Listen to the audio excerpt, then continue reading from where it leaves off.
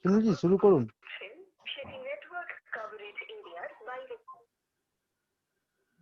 সুনীল জি আপনি মিউট আছেন, মিউট করুন। বলছি আর প্রোগ্রাম স্টার্ট করব কি? হ্যাঁ করে দিন স্টার্ট করুন, করে দিন। মিটিং এ থাকুন, ভার্চুয়াল মিটিং এ। ঠিক আছে, সব থেকে আগে আমি mister Kedarnath Kundu president join করছো? ওই মিটিংটা জয়েন করছো? আজকেই আছে না? হ্যাঁ স্টার্ট হয়ে গেছে, তাড়াতাড়ি জয়েন করো। আচ্ছা এখনই করে নে, তাড়াতাড়ি জয়েন করো। বলো, স্টার্ট করো। সব থেকে আগে আমার অভিবাদনটা স্বীকার করুন। ঠিক আছে, আমি mister Kedarnath president Sadar Hooghly Sadar rice mill, mister Arijit Saha secretary Hooghly Sadar rice মিল, और ওয়েবিনারে যতজন লোক আছে সবাইকে ধন্যবাদ জানাচ্ছি উনি আমাকে এই সুযোগ দিয়েছেন এমএসএমই पर বলার জন্য। ঠিক আছে, এখন আমাদের এমএসএমই একটা বার্নিং টপিকস আছে, গভর্নমেন্ট এমএসএমই কে অনেক সাপোর্ট করছে, এমএসএমই কে এনকারেজ করে। রিজন এটা আছে এমএসএমই যে আছে এটা ইকোনমির জন্য ব্যাকবোন আছে। MSME is the largest employment creator. ঠিক আছে, তো আমাদের সেন্ট্রাল গভর্নমেন্টটা भी এমএসএমই ডেফিনেশনটা রিভাইজ করে দিয়েছে 1 জুলাই 2020 তে। তার অবজেক্টিভ এটা ছিল কি more unit may come under the MSME. State government is also encouraging the MSME unit and creating a sustainable ecosystem in the MSME sector. Our state government has announced a very lucrative financial scheme to MSME unit. Under the scheme, government extend various financial support. ঠিক আছে, এবার আমি আসছি MSME কাকে বলছে, গভর্নমেন্টে কি কি support আছে। ঠিক আছে, আপনার যদি কোনো কোশ্চেন আনসার থাকে তো কোশ্চেন আনসার জিজ্ঞাসা করতে পারেন সেই সময়।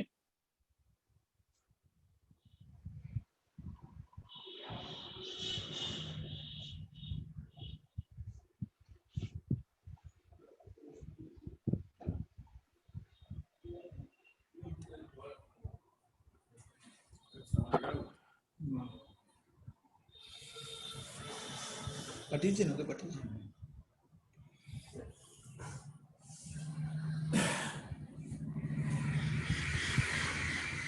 আমি সব থেকে আগে আসছি এমএসএমই মানেটা কি হলো। ঠিক আছে, MSME means micro small and medium enterprise. কোন ইউনিটটা এমএসএমই হবে কি হবে না কিভাবে ডিসাইড হবে। এমএসএমই যে অ্যাক্ট আছে এটা সেন্ট্রাল গভর্নমেন্ট অ্যাক্ট আছে। এখানে এমএসএমই মানেটা আর স্কিমে এমএসএমই মানে স্কিম কার উপর আপনি সাবসিডি পাবেন একটু তফাৎ আছে। আচ্ছা, কোন ইউনিট এমএসএমই আছে কিনা এটা দুটো ক্রাইটেরিয়া আছে। একটা ফার্স্ট আছে investment in plant and machinery, second আছে টার্নওভার। এটাকে বলা হয় composite criteria. earlier before 26 June 2020 একটা সিঙ্গেল ক্রাইটেরিয়া ছিল যেটা investment in plant and machinery ছিল। এখন দুটো ক্রাইটেরিয়া কম্পোজিট ক্রাইটেরিয়া হয়ে গেছে। রিজনটা আছে মিনিংটাকে এমএসএমই কে আরো রেশনালাইজ করার চেষ্টা করেছে ওনারা। Micro means investment in plant and machinery up to 1 crore and turnover up to 5 crore। এখানে আপ টু ফিগার আছে। Small enterprise means investment in plant and machinery up to 10 crore and turnover up to 50 crore. Medium enterprise means investment in plant and machinery up to 50 crore and turnover up to 250 crore.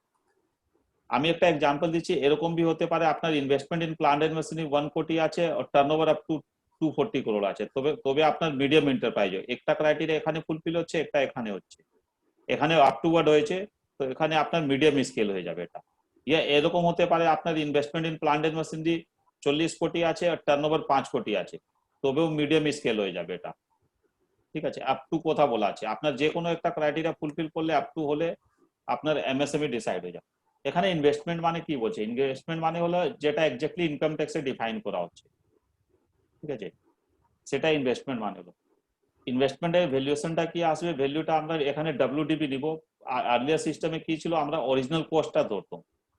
ঠিক আছে, আমরা যখন MSME registration করাবো, এখন MSME রেজিস্ট্রেশনকে উদ্যম registration বলে। ঠিক আছে, তো আপনার investment in plant and machinery কি আছে, আপনি যে ইনকাম ট্যাক্স রিটার্ন জমা করছেন যেখানে আপনার ডেপ্রিসিয়েশন শিডিউল যাচ্ছে ওখান থেকে ফিগার লিংক হয়ে যাবে। আপনি যখন অনলাইন এমএসএমই রেজিস্ট্রেশন নেবেন আপনাকে এই ফিগারটা পুট করতে হবে না। You do not required to put the value of the investment in plant and machinery. Similarly turnover মানেটা কি হলো, টার্নওভার যেটা আপনি জিএসটি রিটার্ন জমা করছেন সেই জিএসটি রিটার্নে যে ট্যাক্সেবল টার্নওভার দেখানো আছে সেটাই লিংক হয়ে যাবে। তো এই দুটা ক্রাইটেরিয়া ফুলফিল হলে আপনার এমএসএমই আসবে ও ক্যাটাগরি ডিসাইড হবে কি মাইক্রো আছে, স্মল আছে না মিডিয়াম আছে। এখানে একটা এক্সপ্লেনেশন দেওয়া আছে, investment in plant and machinery as defined in the income tax act আর ইনকাম ট্যাক্স অ্যাক্ট থেকে লিংক আছে। টার্নওভার মানে ওই আপনার যে জিএসটি রিটার্নে যে ট্যাক্সেবল টার্নওভার আছে দ্যাট ইজ দ্য টার্নওভার, আর টার্নওভার আপনার এখান থেকে লিংক হয়ে যাবে জিএসটি আর রিটার্ন থেকে। টার্নওভারে কিন্তু এক্সপোর্ট টার্নওভার এক্সক্লুড হবে, এক্সপোর্ট টার্নওভার এক্সক্লুড করার পর যে নেট টার্নওভার হবে তার বেসিসে আপনার এমএসএমই ইউনিট ডিসাইড হবে। সুনীল জি একটু ইন্টারাপ্ট হ্যাঁ। করছি আপনাকে, আপনি স্ক্রিন শেয়ারিংটা অন করে নিন, মানে ও, আপনার screen এটা sharing। স্লাইড শোটা অন করে নিন। স্ক্রিন শেয়ারিং মানে আসছে তো? স্ক্রিন শেয়ারিং আছে, স্লাইড শোটা অন করে নিন।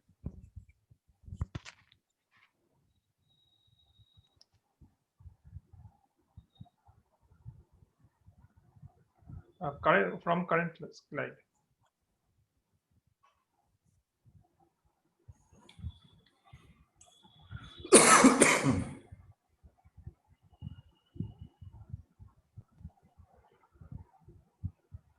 From current slide করুন আপনার লেফট হ্যান্ড সাইডে। একটু দেখো না কি আছে বিশ্বরূপ। বিশ্বরূপ এবারে এসো।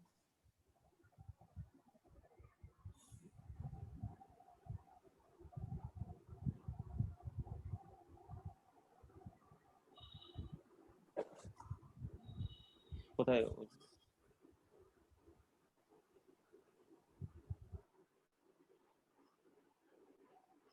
ও,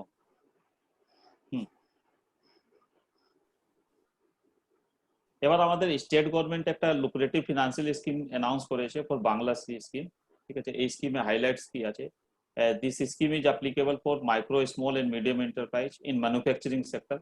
সার্ভিস সেক্টর হলে এই স্কিমটা অ্যাপ্লিকেবল নেই, যেরকম cold storage. This scheme is specifically manufacturing. Scheme যে ভ্যালিড ইফেক্টিভ ডেট আছে সেটা 1 এপ্রিল 2020 থেকে আছে আর আপ টু 31 মার্চ 2025 পর্যন্ত থাকবে। এই 31 মার্চ 2025 এ মানে হলো কি এই ডেটের মধ্যে আপনার কমার্শিয়াল প্রোডাকশন ইউনিটে চালু হবে, তবে এই স্কিমটা আপনার অ্যাপ্লিকেবল হবে। স্কিমটা হোল ওয়েস্ট বেঙ্গল আছে। স্কিম ইফেক্টিভ এই ডেট থেকে আছে, কিন্তু আপনি ইনভেস্টমেন্ট যদি পুরাতন ডেট থেকে করে থাকেন যেটি 1 এপ্রিল 2018 থেকে, সেই ইনভেস্টমেন্টটা স্কিমে কভার হবে। এখানে ইনভেস্টমেন্ট মানে investment in plant and machine. Commercial অপারেশনের ডেট স্পেসিফিক বলা আছে 1 এপ্রিল 2019 টু 31 মার্চ 2025। আমাদের প্রিভিয়াস স্কিম যে WS 2013 স্কিম ছিল সেটা 31 মার্চ 2018 এর পরে কমপ্লিট হয়ে গেছে, ভ্যালিডিটি এক্সপায়ার করে গেছে। প্রায় মোর দেন 2 ইয়ার্স গভর্নমেন্টে কোনো স্কিম ছিল না, তারপরে after a gap of 2.5 years government announce the Bangla Shri. কিন্তু বাংলা শ্রী স্কিম এভাবে অ্যানাউন্সমেন্ট করেছে এই 31 মার্চ 2018 পর যা ইনভেস্টমেন্ট হয়েছে আইদার পুরাতন স্কিমে কভার্ড হবে আর নতুন স্কিমে কভার্ড হবে। আমি আপনাকে এক্সপ্লেন করবো কোনটা ইনভেস্টমেন্ট পুরাতন স্কিমে যাবে, কোনটা নতুন স্কিমে যাবে, ঠিক আছে। যে ইউনিটটা প্রোডাকশন 1 এপ্রিল 2018 আর 31 মার্চ 2019 এই ইয়ারের মধ্যে এসছে সেটা পুরাতন স্কিমে যাবে। 1 এপ্রিল 2019 ওর পরে যার কমার্শিয়াল প্রোডাকশন এসছে সেটা নতুন বাংলা শ্রী স্কিমে আসবে। এই পুরাতন স্কিমে বেনিফিট সবই আছে, power subsidy, interest subsidy, electricity, কিন্তু জিএসটি বেনিফিট পুরাতন স্কিমে নেই। পুরাতন স্কিমে 2013 স্কিমে ক্লেম জমা করার জন্য টাইম যে আছে 6 মাস টাইম আছে from the date of notification. Notification July মাসে এসেছিল, তো জুলাই থেকে 6 মাসের মধ্যে আপনাকে জমা করতে হবে। একটা কম্পারিজন করা আছে কি কোনটা পুরাতন স্কিমে যাবে কোনটা নতুন স্কিমে যাবে। WS 2013 যে আপনার ইনভেস্টমেন্ট 1 এপ্রিল 2012 অনওয়ার্ডস হয়েছে এখানে, আর এখানে ইনভেস্টমেন্ট থাকবে 1 এপ্রিল 2018 এ। এখানে মেইন যে ক্রাইটেরিয়া হিট করবে সেটা এটা আছে, এই কমার্শিয়াল অপারেশনে স্পেসিফিক আছে 1 এপ্রিল 2018 থেকে 31 মার্চ 2019 এর মধ্যে যার প্রোডাকশন আসবে সেটা পুরাতন স্কিমে যাবে। 1 এপ্রিল 2019 এর পরে যা ইনভেস্টমেন্ট এসছে যার কমার্শিয়াল অপারেশন এসছে সেটা বাংলা শ্রীতে এসছে। আমাদের পুরাতন স্কিমে সব সাবসিডি আছে, capital subsidy, interest subsidy, power subsidy, waiver of refund, electricity, workforce. আর নতুন স্কিমে भी সব আছে, কিন্তু একটা অ্যাডিশনাল বেনিফিট দেওয়া হয়েছে সেটা এসজিএসটি। লাস্ট ডেট এখানে 6 মান্থ আছে from the date of notification. নোটিফিকেশনের ডেট 22 জুলাই আছে, এখানে 12 মান্থ আছে from the date of commercial operation. আমাদের নিউ স্কিমে কি কি আছে? ক্যাপিটাল সাবসিডি আছে, interest subsidy on the term loan, power subsidy আছে, ইলেকট্রিসিটি ওয়েভার আছে, সাবসিডি অন এসজিএসটি আছে, বাকি কিছু মিসলেনিয়াস সাবসিডি আছে যেমন স্টাম্প ডিউটি আছে, রেজিস্ট্রেশন ফি আছে। পুরো ওয়েস্ট বেঙ্গলকে 5 জোনে ডিভাইড করা আছে। এই জোনটা রেলিভেন্সি এটা আছে কি কোন জোনে কি সাবসিডি পাবে এটা ডিসাইড করে, কোয়ান্টাম অফ সাবসিডি কি পাবেন সেটা ডিসাইড করে। আমাদের নতুন বাংলাশ্রীতে অরিজিনাল প্রজেক্ট या ফার্স্ট টাইম প্রজেক্ট কভার হবে, as well as expansion project cover হবে। পুরাতন 2013 স্কিমে এক্সপেনশন প্রজেক্টে কিছু রেস্ট্রিকশন ছিল, নতুন লোকেশন নতুন প্রোডাক্ট হলে কভার হবে, কিন্তু এখানে এরকম কোনো রেস্ট্রিকশনস নেই, কিন্তু সাবসিডি কম আছে। আমাদের হুগলিটা ওয়েস্ট জোন বি তে আছে, তো আমি জোন বি তে কি কি সাবসিডি পাবে সেটা বলার চেষ্টা করব।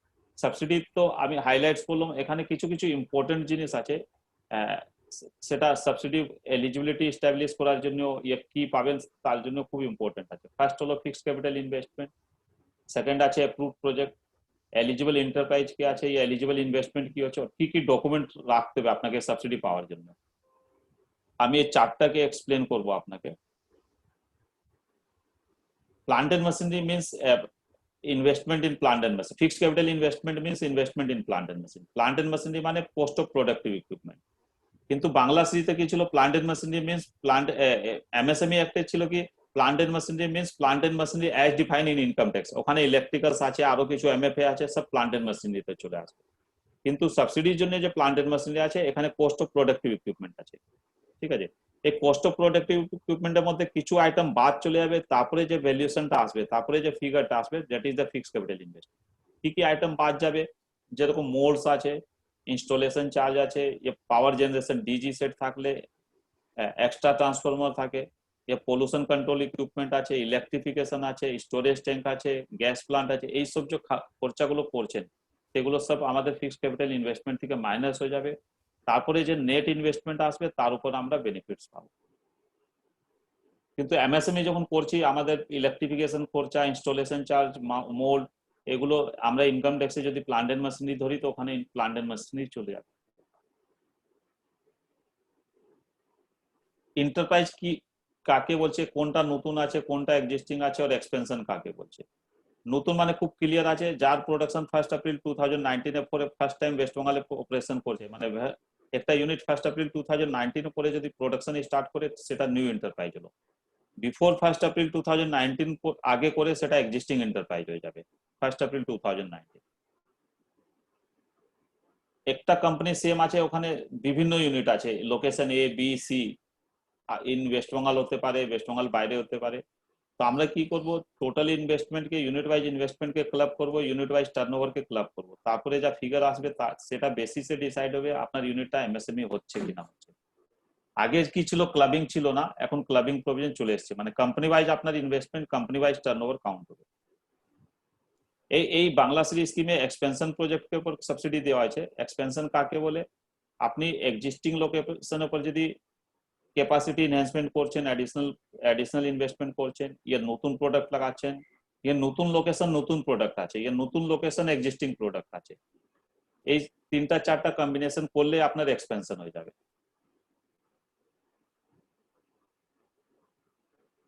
এলিজিবল এন্টারপ্রাইজ, এলিজিবল এন্টারপ্রাইজ মানে এলিজিবল বেনিফিশিয়ারি কে আছে? প্রাইভেট সেক্টর হলে সব রকম ধরনের ইউনিট এলিজিবল আছে, যেরকম প্রোপ্রাইটারশিপ আছে, পার্টনারশিপ আছে, কোম্পানি আছে, এলএলপি আছে, কোঅপারেটিভ সেক্টর কভার্ড হবে, ইয়া companies owned and managed by the state government আছে, ইয়া company managed by the self help group আছে, ইন্ডাস্ট্রিয়াল সেলফ, সেগুলো সব এলিজিবল আছে। ইনভেস্টমেন্ট আমি অলরেডি এক্সপ্লেন করে দিয়েছি, 1 এপ্রিল 2018 এর পরে ইনভেস্টমেন্টটা কভার্ড হবে, তার আগে যদি ইনভেস্টমেন্টটা কভার্ড করেন সেটা এক্সক্লুডেড হয়ে যাবে, ঠিক আছে? কিন্তু যদি মেজর ইনভেস্টমেন্ট 1 এপ্রিল 2018 এর আগে যদি হয়ে যায় তো এটা কোশ্চেনেবল থাকবে, আপনি কেন কোশ্চেনেবল থাকবে কি আপনি সাবসিডি পাবেন কি পাবেন না। মাইনর কিছু ইনভেস্টমেন্ট যদি 1 এপ্রিল 2018 এর আগে হয় সেটা ডিপার্টমেন্ট মে কনসিডার। এখানে আবার ইনভেস্টমেন্ট মানে investment in plant and machinery আছে। ল্যান্ড বিল্ডিং আপনি ইনভেস্টমেন্ট করতে পারেন, কোনো অসুবিধা নেই। 1 এপ্রিল 2018 এ প্লান্ট এন্ড মেশিনারিতে যে ইনভেস্টমেন্ট আসবে ইনক্লুডিং অ্যাডভান্সেস সেটা 1 এপ্রিল 2018 পরে হওয়া উচিত। আমাদের স্কিমে অ্যাপ্রুভ প্রজেক্টটা খুব ইম্পর্টেন্ট আছে। অ্যাপ্রুভ প্রজেক্ট মানে কি বলছে? যে প্রজেক্ট রিপোর্টে ভেটিং করানো হয়, যে প্রজেক্ট রিপোর্টে অ্যাপ্রুভাল থাকে, ঠিক আছে। যদি প্রজেক্ট অ্যাপ্রুভ না থাকে তো আমরা সাবসিডি পাবো না, সাবসিডির জন্য ইনএলিজিবল হয়ে যাব। প্রজেক্ট কি অ্যাপ্রুভ করবে তার জন্য কিছু লিস্টেড এজেন্সি আছে, যেরকম MSME department government of West Bengal করতে পারে, ইয়ে ডিআইসি ডিস্ট্রিক্ট যে ইন্ডাস্ট্রিতে আমার প্রজেক্ট আছে তার ডিআইসি করতে পারে, ইয়ে MSME DI government of India করতে পারে, ফুড প্রসেসিং থাকলে ফুড প্রসেসিং ডিপার্টমেন্ট করতে পারে, ইয়া যেখান থেকে আমরা টার্ম লোন নিয়েছি যে ব্যাংক থেকে, কমার্শিয়াল ব্যাংক ও ফিনান্সিয়াল ইনস্টিটিউশন ও, ওরা যদি ব্যাংক প্রজেক্ট রিপোর্টকে অ্যাপ্রুভ করে সেটা be consider, that will be considered age approve project. এবার কোশ্চেন আসছে যদি আমাদের নিজের টাকা দিয়ে করি ইয়া আনসিকিউরড লোন দিয়ে করি ইয়া এনবিএফসি করি তো সেটা অ্যাপ্রুভ প্রজেক্ট কনসিডার করা হবে না। তার জন্য কি হবে, আমাদের প্রজেক্টটা বিফোর ইমপ্লিমেন্টেশন আমাদেরকে প্রজেক্ট রিপোর্টে ভেটিং দরকার, প্রজেক্ট রিপোর্টে অ্যাপ্রুভাল দরকার। অ্যাপ্রুভাল কে করবে, উপরে যে লিস্টেড এজেন্সি আছে, ব্যাংক ছাড়া উপরে যে লিস্টেড এজেন্সি আছে সেখান থেকে আপনাকে অ্যাপ্রুভাল করাতে হবে। ব্যাংক এই জন্য করবে না কি ব্যাংক থেকে তো আপনি লোন নিচ্ছেন না, ব্যাংক থেকে যদি টার্ম লোন থাকে তো ওই ব্যাংক অ্যাপ্রুভ করবে। তো সেলফ ফাইন্যান্স প্রজেক্টে ইট ইজ অলওয়েজ অ্যাডভাইজেবল আপনি একটা স্কিম বানান, প্রজেক্ট রিপোর্ট বানান और ডিআইসি থেকে ভেটিং করে রেখেন। যদি অনেক সময় আমরা দেখি, আমরা তো অনেক দিন ধরে কাজ করছি, একটা লোক সাবসিডি পাচ্ছে না জাস্ট বিকজ কি ওনার প্রজেক্ট রিপোর্টটা ভেটেড না, বাকি সব কমপ্লায়েন্স আছে। এবার হুগলি আমাদের জোন বি তে আছে, জোন বি তে কি কি সাবসিডি হতে পারে সেটা বলি। জোন বি তে ক্যাপিটাল সাবসিডি নেই, বাকি সাবসিডি গুলো আছে, ঠিক আছে। ক্যাপিটাল সাবসিডি জোন বি তে নেই, কিন্তু একটা জায়গায় এক্সেপশন আছে, ঠিক আছে। সেটা কি আছে, যদি ইউনিটটা এসসি এসটি ওনারশিপ থাকে ইয়া ওমেন এন্টারপ্রাইজ থাকে ইয়া মাইনরিটি থাকে তখন ক্যাপিটাল সাবসিডি হতে পারে। মাইক্রো ইউনিট হলে 15% আছে আর স্মল স্কেল ইউনিট হলে 10% আছে। এই 10% এর ম্যাক্সিমাম যে ক্যাপ আছে, ম্যাক্সিমাম যে লিমিট আছে সেটা 50 লাখ আছে। আর মিডিয়াম স্কেল হলে কোনো জোনে ক্যাপিটাল সাবসিডি নেই, ঠিক আছে। তো জোন বি তে ক্যাপিটাল সাবসিডি নেই, কিন্তু এক্সেপশন এটাই আছে। এবার আসছে ইন্টারেস্ট সাবসিডি। আমরা যে প্রজেক্ট বসাবার জন্য যে টার্ম লোন নিচ্ছি, টার্ম লোনের পারপাস আমাদের building plant and machinery electrification সব হতে পারে, এন্টায়ার টার্ম লোনটা এলিজিবল হবে ফর সাবসিডির জন্য, ঠিক আছে। এলিজিবল যে পিরিয়ড থাকে সেটা 5 বছর থাকবে, 5 বছর যে কাউন্টিং হবে সেটা first year from the first date of disbursement থেকে কাউন্ট। মাইক্রো স্মল হলে জোন বি এর জন্য 55% আছে, এখানে কোনো আপার ক্যাপ নেই। আর মিডিয়াম এন্টারপ্রাইজ হলে 25% আছে। এখানে একটা আপার ক্যাপ আছে যেটা 1,75,00,000 আছে, কিন্তু 1,75,00,000 টাকা অ্যামাউন্টটা খুব বড় আছে, সাফিসিয়েন্ট আছে। উই ক্যান এক্সপেক্ট কি আপনি যদি 10 কোটি 12 কোটি 15 কোটি লোন নেন, ঠিক আছে, এই 1,75,00,000 এর মধ্যে কভার্ড হয়ে যাবে। এটা ইন্টারেস্ট অ্যামাউন্ট নেই, এটা সাবসিডি অ্যামাউন্ট আছে 1,75,00,000। Interest subsidy started from the date of disbursement of term loan, যেদিন আপনার টার্ম লোন ফার্স্ট ডিসবার্সমেন্ট হচ্ছে ওখান থেকে আপনি 5 বছর পাবেন। এখানে একটু ক্যাচ আছে, আপনার সাপোজ অক্টোবর মাসে ডিসবার্সমেন্ট যদি হয় তো মার্চ মাসে এক ইয়ার কমপ্লিট হয়ে যাবে, মানে আপনার পুরো বছর পাবেন না, বাকি ফির 4 বছর পাবেন। এবার আছে পাওয়ার সাবসিডি, যেটা বিদ্যুতের উপরে যে ছাড় পাবো এনার্জি উপর। এখানে মাইক্রো স্মল মিডিয়ামের জন্য রেটটা ইউনিফর্ম আছে, ঠিক আছে। জোন বি জন্য 1 টাকা পার ইউনিট আছে, একটা আপার লিমিট আছে। মাইক্রো হলে 10 লাখ টাকা আছে, স্মল হলে 20 লাখ আছে, মিডিয়াম হলে 30 লাখ আছে। Power subsidy started from the date of commencement of commercial operation, যেদিন প্লান্ট চালু হয়েছে ওখান থেকে 5 বছর পাবো।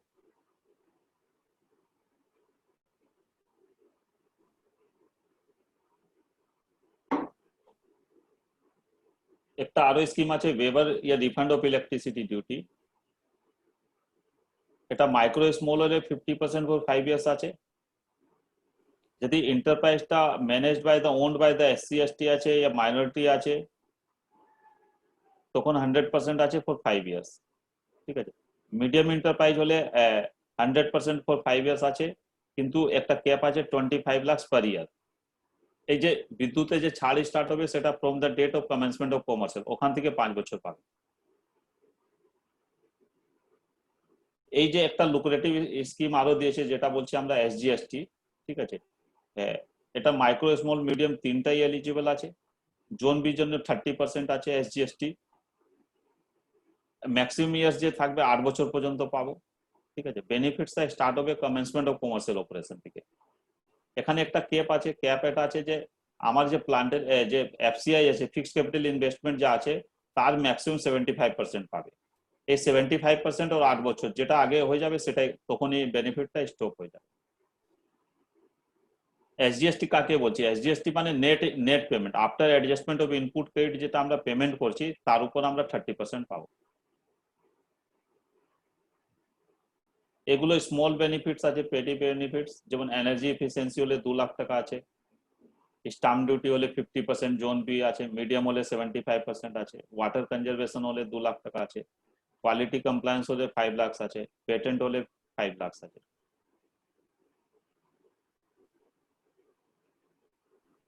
একটা আরো ভালো আছে ওয়ার্কফোর্স ওয়েলফেয়ার অ্যাসিস্ট্যান্ট। ঠিক আছে, আমরা যে এমপ্লয়ার্স কন্ট্রিবিউশন হচ্ছে টুয়ার্ডস পিএফ এন্ড ইএসআই তারও গভর্নমেন্ট রিইম্বার্স করছে। নাম্বার অফ ইয়ার্স আছে 5 বছর। ঠিক আছে, ফার্স্ট ইয়ারে আমরা 100% থাকবে, সেকেন্ড ইয়ার থেকে ফিফথ ইয়ার যে থাকবে সেটা 75%। এমপ্লয়ার্স যে কন্ট্রিবিউশন হচ্ছে টুয়ার্ডস পিএফ এন্ড ইএসআই এটা আমরা 5 বছর পাবো। ঠিক আছে, কিন্তু এখানে একটা কন্ডিশন আছে। কন্ডিশন এটা আছে, আমরা যে এমপ্লয়মেন্ট দিব, যেটা এমপ্লয়ি রিক্রুট করবো, সেটা অ্যাটলিস্ট 50% যে এমপ্লয়ি থাকবে সেটা গভর্নমেন্টের এমপ্লয়মেন্ট ব্যাংকে যে আছে ওখানে it should be registered employment bank of the state. যদি 50% রিক্রুটমেন্ট যে আছে, 50% যে এমপ্লয়মেন্ট আছে যদি রেজিস্টার্ড না থাকে তবে আমরা বেনিফিটটা পাবো না। এটা কন্ডিশনাল বেনিফিট আছে, এই কন্ডিশনটা আমাদেরকে কমপ্লাই করতে হবে। আমি এক্সপেনশন প্রজেক্ট কাকে বলে এক্সপ্লেন করে দিয়েছি কি এক্সপেনশন আমাদের এক্সিস্টিং লোকেশন হতে পারে, নিউ লোকেশন নিউ প্রোডাক্ট হতে পারে, এক্সিস্টিং লোকেশনে এক্সিস্টিং প্রোডাক্ট নিউ প্রোডাক্ট, যেরকম কিছু করলে আমাদের প্রজেক্টটা এক্সপেনশন হয়ে যাবে। এক্সপেনশন প্রজেক্টের দুটো কন্ডিশন আছে, একটা ইনভেস্টমেন্ট কন্ডিশন, একটা এমপ্লয়মেন্ট কন্ডিশন। ইনভেস্টমেন্টের কন্ডিশন কি আছে? আপনি যে অ্যাডিশনাল ইনভেস্টমেন্ট করবেন অ্যাটলিস্ট 25% থাকা উচিত নেট ফিক্সড ক্যাপিটাল ইনভেস্টমেন্ট।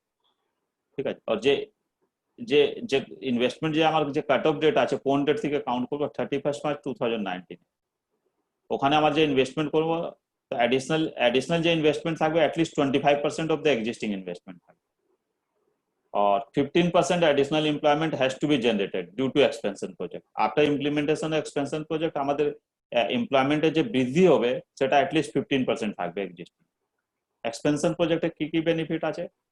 যদি ক্যাপিটাল সাবসিডি পাবো না, ক্যাপিটাল সাবসিডি জোন বি তে নেই, জোন সি ডি ই থাকলে ক্যাপিটাল সাবসিডি আছে, ইন্টারেস্ট সাবসিডি আছে এখানে, power subsidy, waiver, electricity duty refund, SGST, এই সবগুলো এক্সপেনশন প্রজেক্টের জন্য নেই, মানে এগুলো পাবেন না, এটা এলিজিবল নেই। আর মিসলেনিয়াস সাবসিডি তো এক্সপেনশন অরিজিনাল সেম আছে।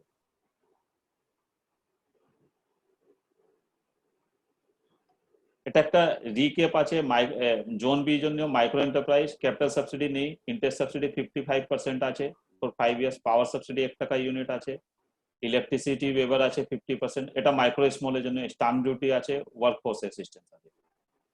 মিডিয়াম স্কেল হলে ক্যাপিটাল সাবসিডি নেই, ইন্টারেস্ট সাবসিডি 25% আছে, পাওয়ার সাবসিডি 1 টাকা ইউনিট আছে, রিফান্ড আছে 100%, ম্যাক্সিমাম কেপ আছে 25 লাখ পার ইয়ার, স্টাম্প ডিউটি আছে 75%, এসজিএসটি 30% আছে, আর ওয়ার্কফোর্স ওয়েলফেয়ার অ্যাসিস্ট্যান্স আছে।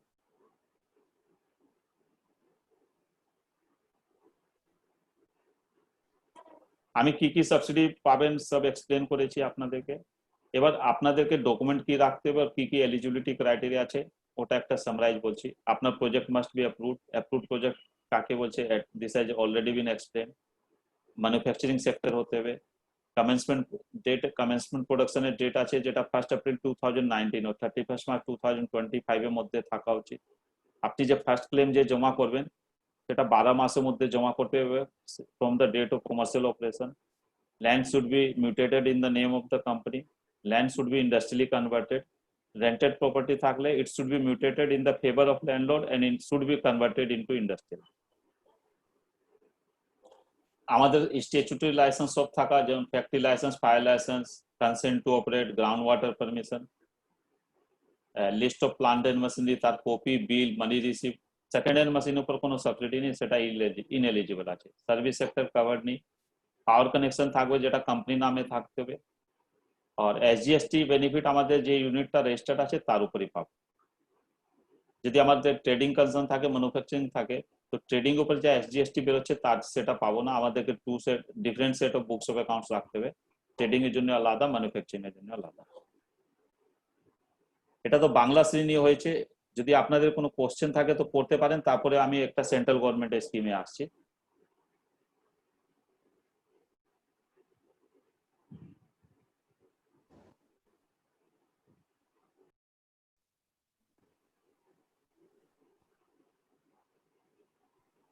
সুনীলজি, আমার একটা কোশ্চেন আছে। হ্যাঁ বলুন। বলছি, আমাদের কাজটা কোনোভাবে চেঞ্জ করে দেওয়া যাবে? হ্যাঁ, বলছি এটা কাজটা এটা কোনোভাবে, হ্যাঁ, এটা আমি বলতে পারবো না। এটা খুব মুশকিল ব্যাপার আছে। কাস্টের উপরই সাবসিডি বেশি আছে। হ্যাঁ, কাস্টের উপরই সাবসিডিটা 100% আছে নেই না? নেই নেই, ডিপিও এবার ফেভার। বাংলা সিরি তো খুব বেশি তফাৎ নেই, এটা একটা মাইন্ডেরও আছে। ঠিক আছে, 100% ডিউটি ঠিকই বলেছেন, কিন্তু ওখানে আবার 10 লাখ টাকা আপার ক্যাপ আছে। ঠিক আছে, তো বাংলা সিরিতে SC ST হলে ইয়া ওমেন এন্টারপ্রাইজ হলে খুব বেশি তফাৎ নেই। ঠিক আছে, কিন্তু একটা সেন্ট্রাল গভর্নমেন্টের স্কিম আছে, ঠিক আছে, সেটা শুধু SC ST এর জন্য ফুড প্রসেসিং স্কিম, সেটা স্কিমটা খুব লুক্রেটিভ আছে, সেটা আমি একটু এক্সপ্লেন করব। আচ্ছা,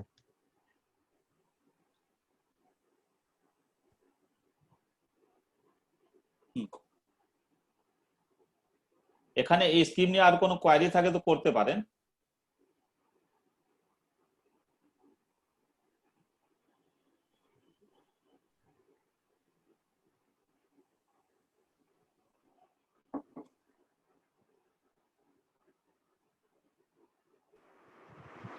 हेलो।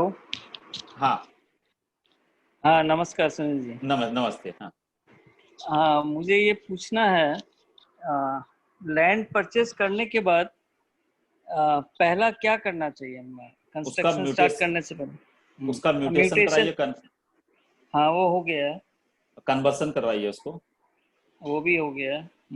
हाँ, तो बस जब मैन का म्यूटेशन कन्वर्सन हो गया तो आप अपना प्रोजेक्ट रिपोर्ट बना के सारा काम स्टार्ट करा सकते हैं साइमल्टेनियसली।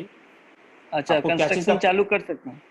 ये हाँ, बेकरी प्रोजेक्ट, बेकरी प्रोजेक्ट ना, आपको एक प्लान बनाना पड़ेगा, प्लान बना के अप्रूवल और करवाना पड़ेगा बिफोर द कंस्ट्रक्शन। अच्छा, ये कहाँ से कराना होगा?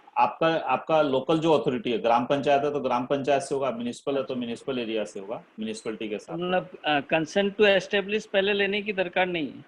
आपका सब साइमल्टेनियस से चलेगा। आप कंसेंट टू एस्टेब्लिश के लिए भी एप्लीकेशन डालिए, प्लान का भी अप्रूवल डालिए। ओके, ठीक है, थैंक यू।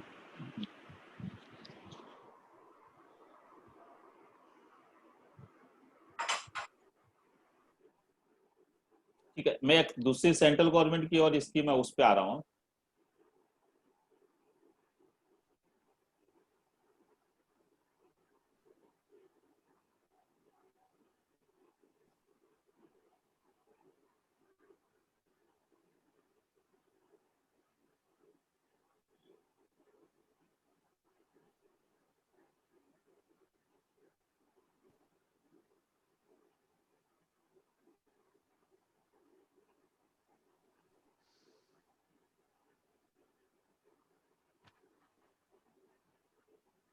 বিশ্বরূপ স্লাইডস হ্যাঁ, শেয়ারিং হয়নি, স্ক্রিন শেয়ার করতে হবে আপনাকে।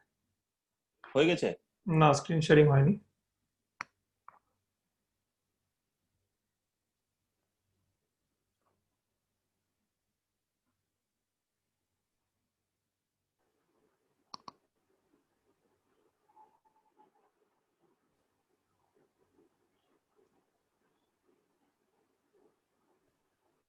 এবার আছে তো?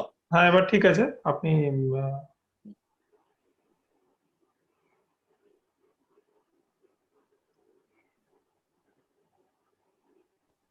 एक सेंट्रल गवर्नमेंट की और स्कीम है, that is title of the scheme है creation expansion of food processing under Pradhan Mantri Kisan Sampada योजना।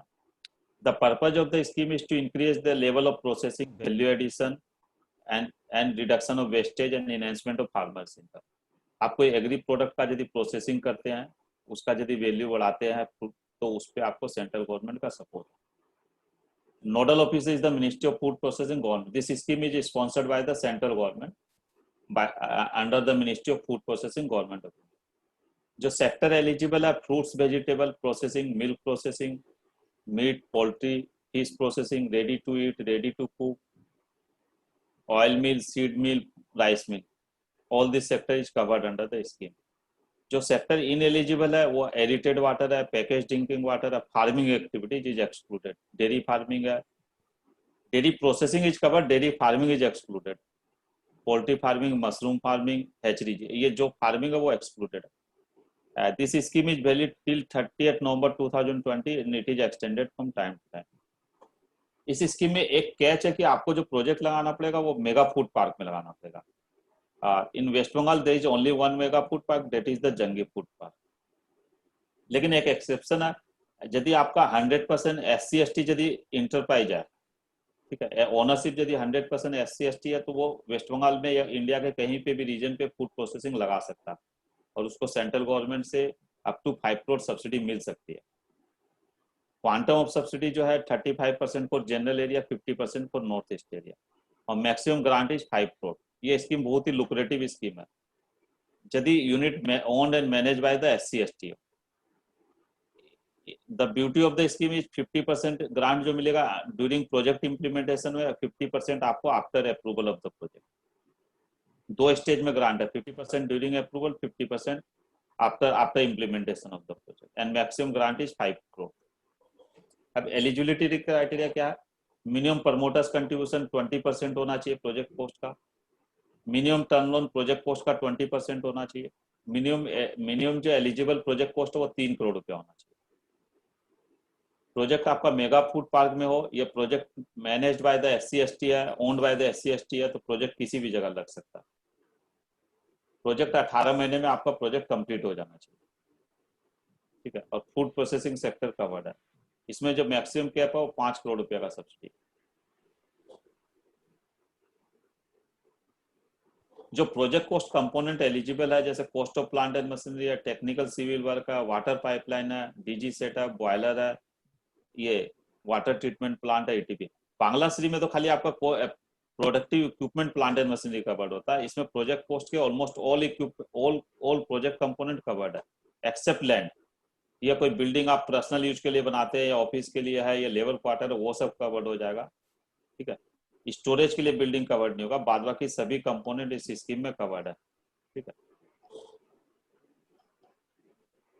आपका जो कवर्ड नहीं होगा civil work not directly related to production, cost of land, spare parts, office equipment, personal transport vehicle, second hand machine, pre operative expenses, margin money, ये सब item आपके project cost में covered नहीं होगा, सब्सिडी के लिए एलिजिबल नहीं।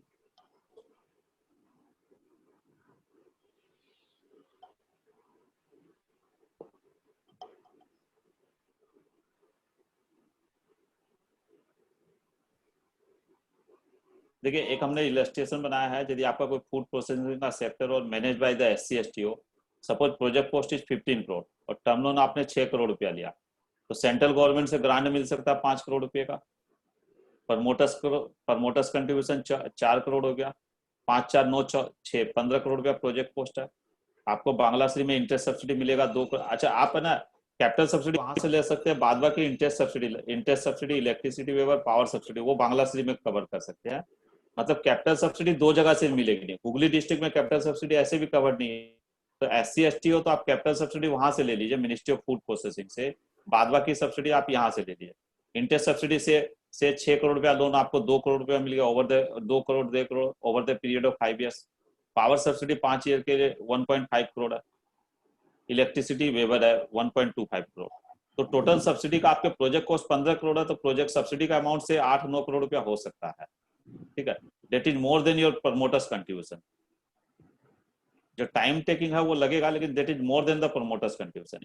इस बेनिफिट में हम लोग ने SG/ST बेनिफिट को कंसीडर नहीं किया, that will be additional benefit, ठीक है। ये जो बेनिफिट है दैट इज कैश बेनिफिट।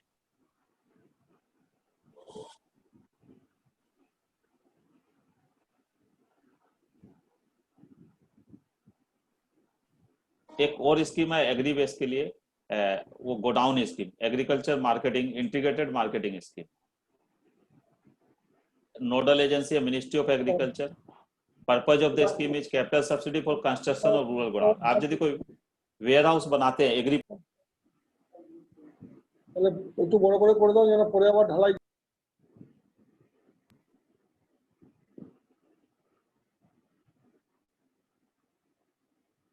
ये स्कीम जो वैलिड है 31 मार्च 2021, 21 का मतलब आपका गोडाउन बैंक से टर्म लोन इस दिन सैंक्शन हो जाना चाहिए। सब्सिडी का जो पैटर्न है नॉर्थ ईस्ट के लिए, एफपीओ के लिए, अदर कैटेगरीज के लिए 25% है। गोडाउन कैपेसिटी 50 से लेके 1000 मेट्रिक टन है तो 875 पर मेट्रिक टन है। मैक्सिमम जो गोडाउन कैपेसिटी होगा वो 5000 मेट्रिक टन तक एलिजिबल है। उसमें सब्सिडी जो अमाउंट आएगा 750 पर metric ton, this is the subsidy amount. और सब्सिडी का जो अपर कैप है 37.50 लाख। ठीक है। In case of the godown is setup by state agency तब मैक्सिमम कैपेसिटी 10,000 मेट्रिक टन हो सकता है। एक इंडिविजुअल एंटरप्रेन्योर के लिए जो मैक्सिमम गोडाउन की कैपेसिटी वो 750 है और सब्सिडी का जो एलिजिबल अमाउंट है मैक्सिमम 37.50 लाख है, 37 लाख के करीब।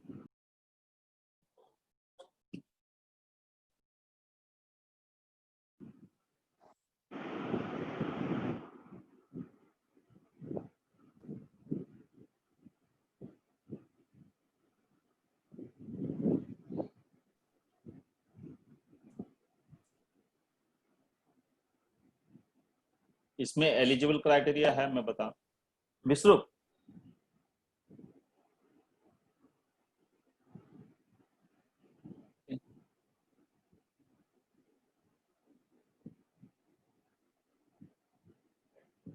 এটা স্টক হয়ে গেছে।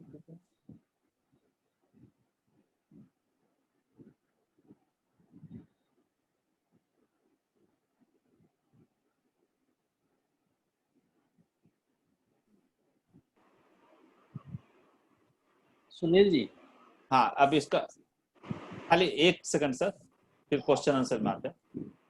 इसमें जो 50% सब्सिडी मिलेगा during implementation, 50% after completion of the godown. Eligible criteria जो है promoters contribution should be at least 20% of the project cost. Minimum जो टर्म लोन रहेगा 50% रहेगा of the project cost. Date of sanction जो रहेगा टर्म लोन का जो बैंक से वो 31 मार्च 2021 के भीतर होना चाहिए। गोडाउन आप इसके बाद लगा सकते हैं बट बैंक से जो सैंक्शन आएगा वो डेट है। Godown structure should have all basic infrastructure like ventilation होना चाहिए, क्लीनिंग होना चाहिए, ये सब तो। रजिस्टर्ड लीज डीड होना चाहिए। लीज डीड के लिए जो मैक्सिमम मिनिमम जो टेन्योर है वो एटलीस्ट 15 ईयर्स होना चाहिए। ठीक है, ये गोडाउन सब्सिडी के लिए एप्लीकेबल है। हाँ अब बताइए कमल जी क्या है। ये पर 100 एमटी कितने स्क्वायर फुट का एरिया कवर करता है? तो वो एक कैलकुलेशन है, इनका हाइट का भी सिस्टम है। ठीक है, आप हमका गोडाउन का मेजरमेंट दे देंगे तो हम बता देंगे कितना मेट्रिक टन आएगा। आपको लेंथ ब्रेथ हाइट देना है और हाइट जो देंगे वॉल टू वॉल हाइट होगा। ओके, सेंटर हाइट नहीं। हाँ सेंटर हाइट नहीं। Thank you.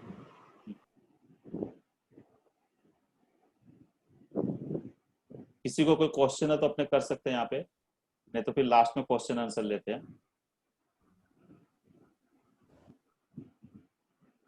Now I request my colleague Bisrup Chakravarti to explain how the Udyam registration कैसे होगा, एमएसएमई का रजिस्ट्रेशन कैसे होगा। ठीक है, बिस्रुप स्टार्ट।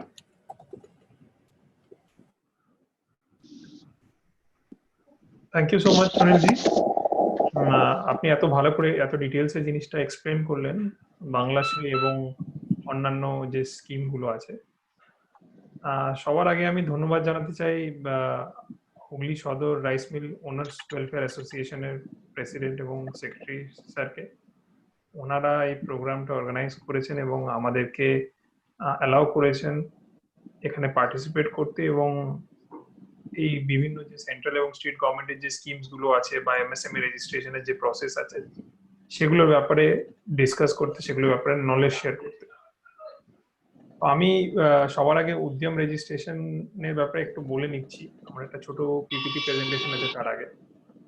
26শে জুন 2020-তে একটা মিনিস্ট্রি অফ এমএসএমইর তরফ থেকে নোটিফিকেশন দেওয়া হয়েছিল regarding revise definition of MSME. আপনারা সবাই জানেন, যেটা সুনীলজিও বললেন, যে এমএসএমইর আগে যা ডেফিনেশন ছিল সেটা চেঞ্জ হয়ে গেছে। আগে শুধুমাত্র প্লান্ট অ্যান্ড মেশিনারিকে কনসিডার করা হতো, এখন তার সঙ্গে সঙ্গে টার্নওভারকেও কনসিডার করা হচ্ছে এবং মাইক্রো স্মল মিডিয়ামের যে মানে যেটা লিমিট ছিল সেটাকে অনেকটা বাড়িয়ে দেওয়া হয়েছে। তার ফলে অনেকে যারা আগে লার্জ স্কেলে আসতো তারা এখন এমএসএমই এর মধ্যে চলে আসছে।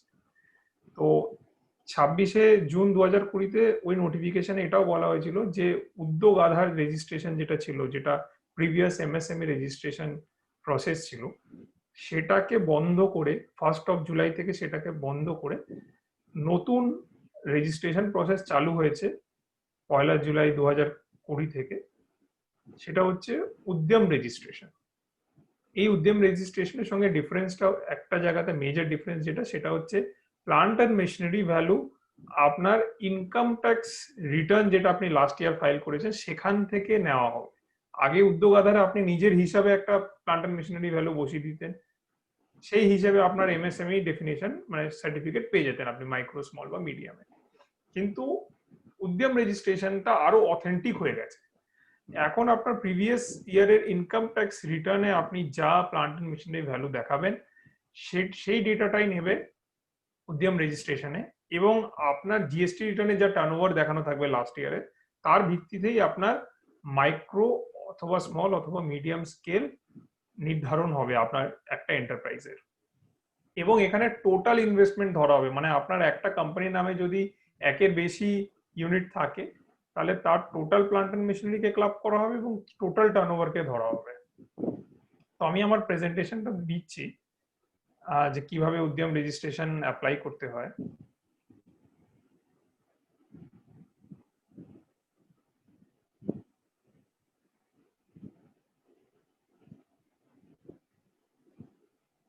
ওই উদ্যম রেজিস্ট্রেশন প্রসেসটা হচ্ছে গভর্নমেন্ট অফ ইন্ডিয়ার যে is of doing business initiative আছে তারই একটা পার্ট।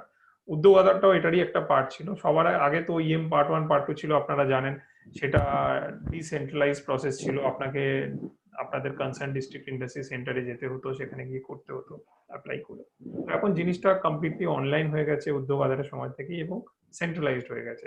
উদ্যম রেজিস্ট্রেশনও তাই, একদম কমপ্লিট একটা অনলাইন প্রসেস। আপনাকে কোথাও কোনো ডকুমেন্ট সাবমিট করতে হবে না, কোনো ডিপার্টমেন্ট ভিজিট করতে হবে না, কোনো ডকুমেন্টস ইনফ্যাক্ট আপলোডও করতে হবে না। আর সব থেকে ইম্পর্টেন্ট, যেটা খুব ইম্পর্টেন্ট, সেটা হচ্ছে গভর্নমেন্ট কোনো রকম কিন্তু কোনো ফিজ এর জন্য নেয় না। উদ্যম registration is free of cost, government কোনো রকম রেজিস্ট্রেশন চার্জ নেয় না। এবার উদ্যম রেজিস্ট্রেশনের ব্যাপারে কিছু ইম্পর্টেন্ট পয়েন্টস, সেটা হচ্ছে যে আপনি যখনই রেজিস্ট্রেশন করার জন্য মানে অথেন্টিক যে গভর্নমেন্টের সাইট আছে সেখানে যাবেন, আমি যারা জানেন না আমি দেখিয়ে দেবো কোন সাইট। সেখানে গেলে আপনি দুটো অপশন পাবেন, একটা হচ্ছে যে নিউ এন্টারপ্রাইজের জন্য, এবং এখন EM2 কেও নিউ এন্টারপ্রাইজই ধরা হচ্ছে যাদের EM2 আছে তাদের জন্য, আর একটা হচ্ছে যাদের UAM আছে। দু রকম অপশন আছে। সার্ভিস এবং ম্যানুফ্যাকচারিং ইন্ডাস্ট্রি দুজনেই উদ্যম রেজিস্ট্রেশন নিতে পারে, কারণ দুজনেই এমএসএমইর আওতায় আসে, ট্রেডিং আসবে না। আপনার যদি কোনো ট্রেডিং কনসার্ন থাকে সেটা কিন্তু এমএসএমইর আওতায় আসবে না। প্লান্ট এন্ড মেশিনারি এবং ইকুইপমেন্টস এর যে ভ্যালু আছে সেটা ইনকাম ট্যাক্স রিটার্ন থেকে নেবে, আমি আগেও বললাম, এবং টার্নওভারটা জিএসটি রিটার্ন থেকে আপনার ডেটাটা নেবে লাস্ট ইয়ারে। ইনকর্পোরেশন ডেট এবং কমার্শিয়াল প্রোডাকশন ডেট দুটো ডিফারেন্ট জিনিস। দুটো ডেট আলাদা আলাদা করে আপনি আলাদা আলাদা জায়গায় বসাবেন। অনেকে কি করছে, ইনকর্পোরেশন ডেটটা দু জায়গাতে বসিয়ে দিচ্ছে, সেটা করবেন না। ইনকর্পোরেশন ডেট বা রেজিস্ট্রেশন ডেটটা একটা আলাদা ডেট হয়, আর জেনারেলি কমেন্সমেন্ট তার পরের হয়, তো কমার্শিয়াল প্রোডাকশন ডেটটা আলাদা হয়। তো দুটো জায়গা দুটো আলাদা ডেট বসাবেন। আপনার যে এনআইসি কোড আছে, আপনার ম্যানুফ্যাকচারিং বা সার্ভিস রিলেটেড বা ওই অ্যাক্টিভিটি রিলেটেড যে এনআইসি কোড আছে, যেটা রেলিভেন্ট কোড, সেই এনআইসি কোড আপনি সিলেক্ট করবেন। এবং আপনি মাল্টিপল এনআইসি কোডও নিতে পারেন, একের বেশি। আপনার যদি কোনো ম্যানুফ্যাকচারিং অ্যাক্টিভিটি বা সার্ভিস থাকে, দুটোই আছে হয়তো, সেক্ষেত্রে আপনি দু রকম এনআইসি কোড নিতে পারেন। তো মাল্টিপল এনআইসি কোড নিতে পারবেন, কোনো অসুবিধা নেই। একটা এন্টারপ্রাইজ একটাই উদ্যম রেজিস্ট্রেশন ফাইল করবে। একটা এন্টারপ্রাইজের প্যানের এগেনস্টে যতগুলো জিএসটি রেজিস্ট্রেশন আছে সব কটা মিলিয়ে একটাই এন্টারপ্রাইজ ট্রিট করা হবে। আপনার যদি সেপারেট 2-3খানা ইউনিট থাকে অল ওভার ইন্ডিয়া বা ওয়েস্ট বেঙ্গলের মধ্যে, সব কটাকে ক্লাব করে একটাই রেজিস্ট্রেশন আপনি কোম্পানির নামে নিতে পারবেন। ইউনিট ওয়াইজ রেজিস্ট্রেশন কিন্তু নেওয়া যায় না। যদি আপনি নতুন এন্টারপ্রাইজ হন, মানে জাস্ট আপনি হয়তো প্রোডাকশন চালু করেছেন এবং আপনার এখন উদ্যম রেজিস্ট্রেশন দরকার, তো আপনার হয়তো প্রিভিয়াস কোনো ইনকাম ট্যাক্স রিটার্ন ফাইল করা নেই, জিএসটি রিটার্ন ফাইল করা নেই, তো আপনি সেলফ ডিক্লারেশন বেসিসে উদ্যম রেজিস্ট্রেশন নিতে পারেন। সেটা এই বছর অবধি ভ্যালিড থাকবে, মানে 31 মার্চ 2021 অবধি কিন্তু ওটা ভ্যালিড থাকবে। তারপর ওটা অটোমেটিক্যালি আপনার ইনকাম ট্যাক্স রিটার্নের সঙ্গে লিঙ্ক হয়ে যাবে বা জিএসটি রিটার্নের সঙ্গে লিঙ্ক হয়ে যাবে। আর উদ্যম রেজিস্ট্রেশন যদি কেউ অলরেডি নিয়ে থাকেন, হয়তো কিছু ভুল ভ্রান্তি হয়ে গেছে, আপনি চাইলে সেটাকে অ্যামেন্ড করতে পারেন রেকটিফাই করতে পারেন, মডিফাই করতে পারেন, সেই অপশন এখন গভর্নমেন্ট স্টার্ট করেছে। এবার কি কি ইনফরমেশন আপনার কাছে থাকা দরকার একটা এমএসএমই রেজিস্ট্রেশন করার জন্য? সবচেয়ে আগে আপনার কাছে তো আধার কার্ড থাকা দরকার, সেটা প্রোপ্রাইটার হলে প্রোপ্রাইটার, পার্টনার্স হলে যে কোনো একজন পার্টনারের, ডাইরেক্টরস হলে যে কোনো একজন ডাইরেক্টর, তাদের আধার কার্ড থাকা দরকার এবং সেটা যেন মোবাইল নাম্বার লিঙ্ক থাকে, তার সঙ্গে মোবাইল নাম্বার অবশ্যই ভাবে লিঙ্ক থাকতে হবে।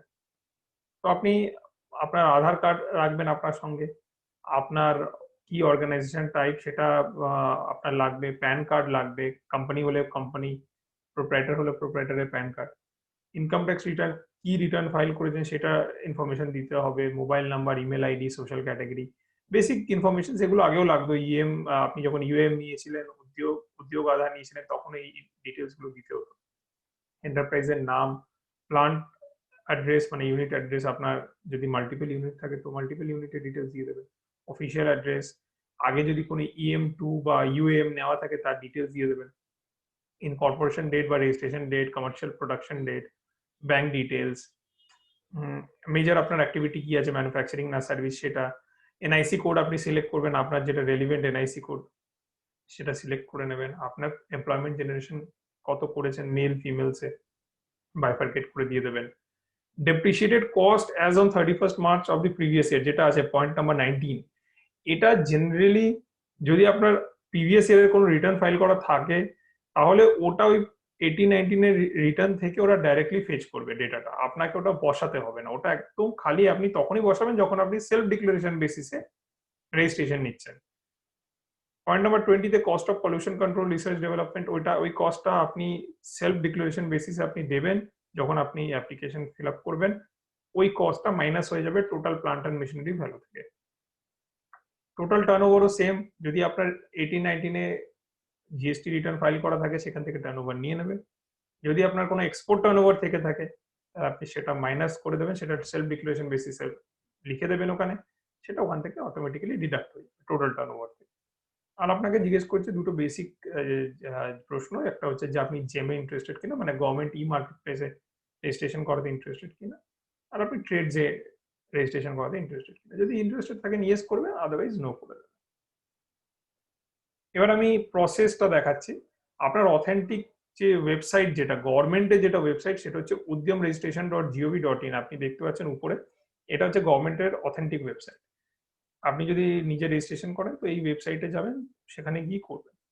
এবার নিচে দেখুন দুটো অপশন আছে, যেটা আমি আগে বললাম যে নতুন এন্টারপ্রাইজ বা EM2 যারা নিয়েছে তাদের জন্য একটা প্রসেস, আর যারা মাইগ্রেট করছে, যারা হয়তো অলরেডি MSME তে রেজিস্টার্ড, উদ্যোগ আধার নিয়ে রেখেছে, যারা উদ্যমে মাইগ্রেট করবে তাদের জন্য সেকেন্ড অপশনটা। তো আমি নতুন বা EM2 যাদের কাছে আছে আমি সেই রেজিস্ট্রেশন প্রসেসটা দেখাচ্ছি। তো আপনার সবার আগে আধার নাম্বার দিতে হবে, আধার কার্ডে যে আপনার নাম আছে এন্টারপ্রেনারের অ্যাপ্লিকেন্টে সেটা দিতে হবে, ভ্যালিডেট করবেন, ওটিপি আসবে মোবাইল, যে মোবাইল নাম্বারটা লিংক আছে আধারের সঙ্গে। তারপর প্যান ভেরিফিকেশন হবে, আপনার অর্গানাইজেশন টাইপ দেবেন, আপনি ITR ফাইল করেছেন কিনা সেটা জানতে চাইছে, কি ITR ফাইল করেছেন, 3, 5, 6, 4 কোনটা সেটা দেবেন, GST আছে কিনা মেনশন করে দেবেন। তারপর এখানে দেখুন পয়েন্ট নাম্বার 5 এ অটোমেটিক্যালি যে এন্টারপ্রেনারের নামটা আসছে সেটা প্যান থেকে আসছে, এখানে আপনি কিন্তু চেঞ্জ করতে পারবেন না কিছু, মানে আপনার প্যান কার্ড কোম্পানি যদি থাকে তো কোম্পানির নাম অটোমেটিক্যালি আসবে, প্রোপ্রাইটার হলে প্রোপ্রাইটারের নাম আসবে, তো এই জায়গাটা অটোমেটিক্যালি না, আপনার কোনো চেঞ্জ করা যাবে না। এখানে মোবাইল নাম্বার, ইমেল আইডি দেবেন।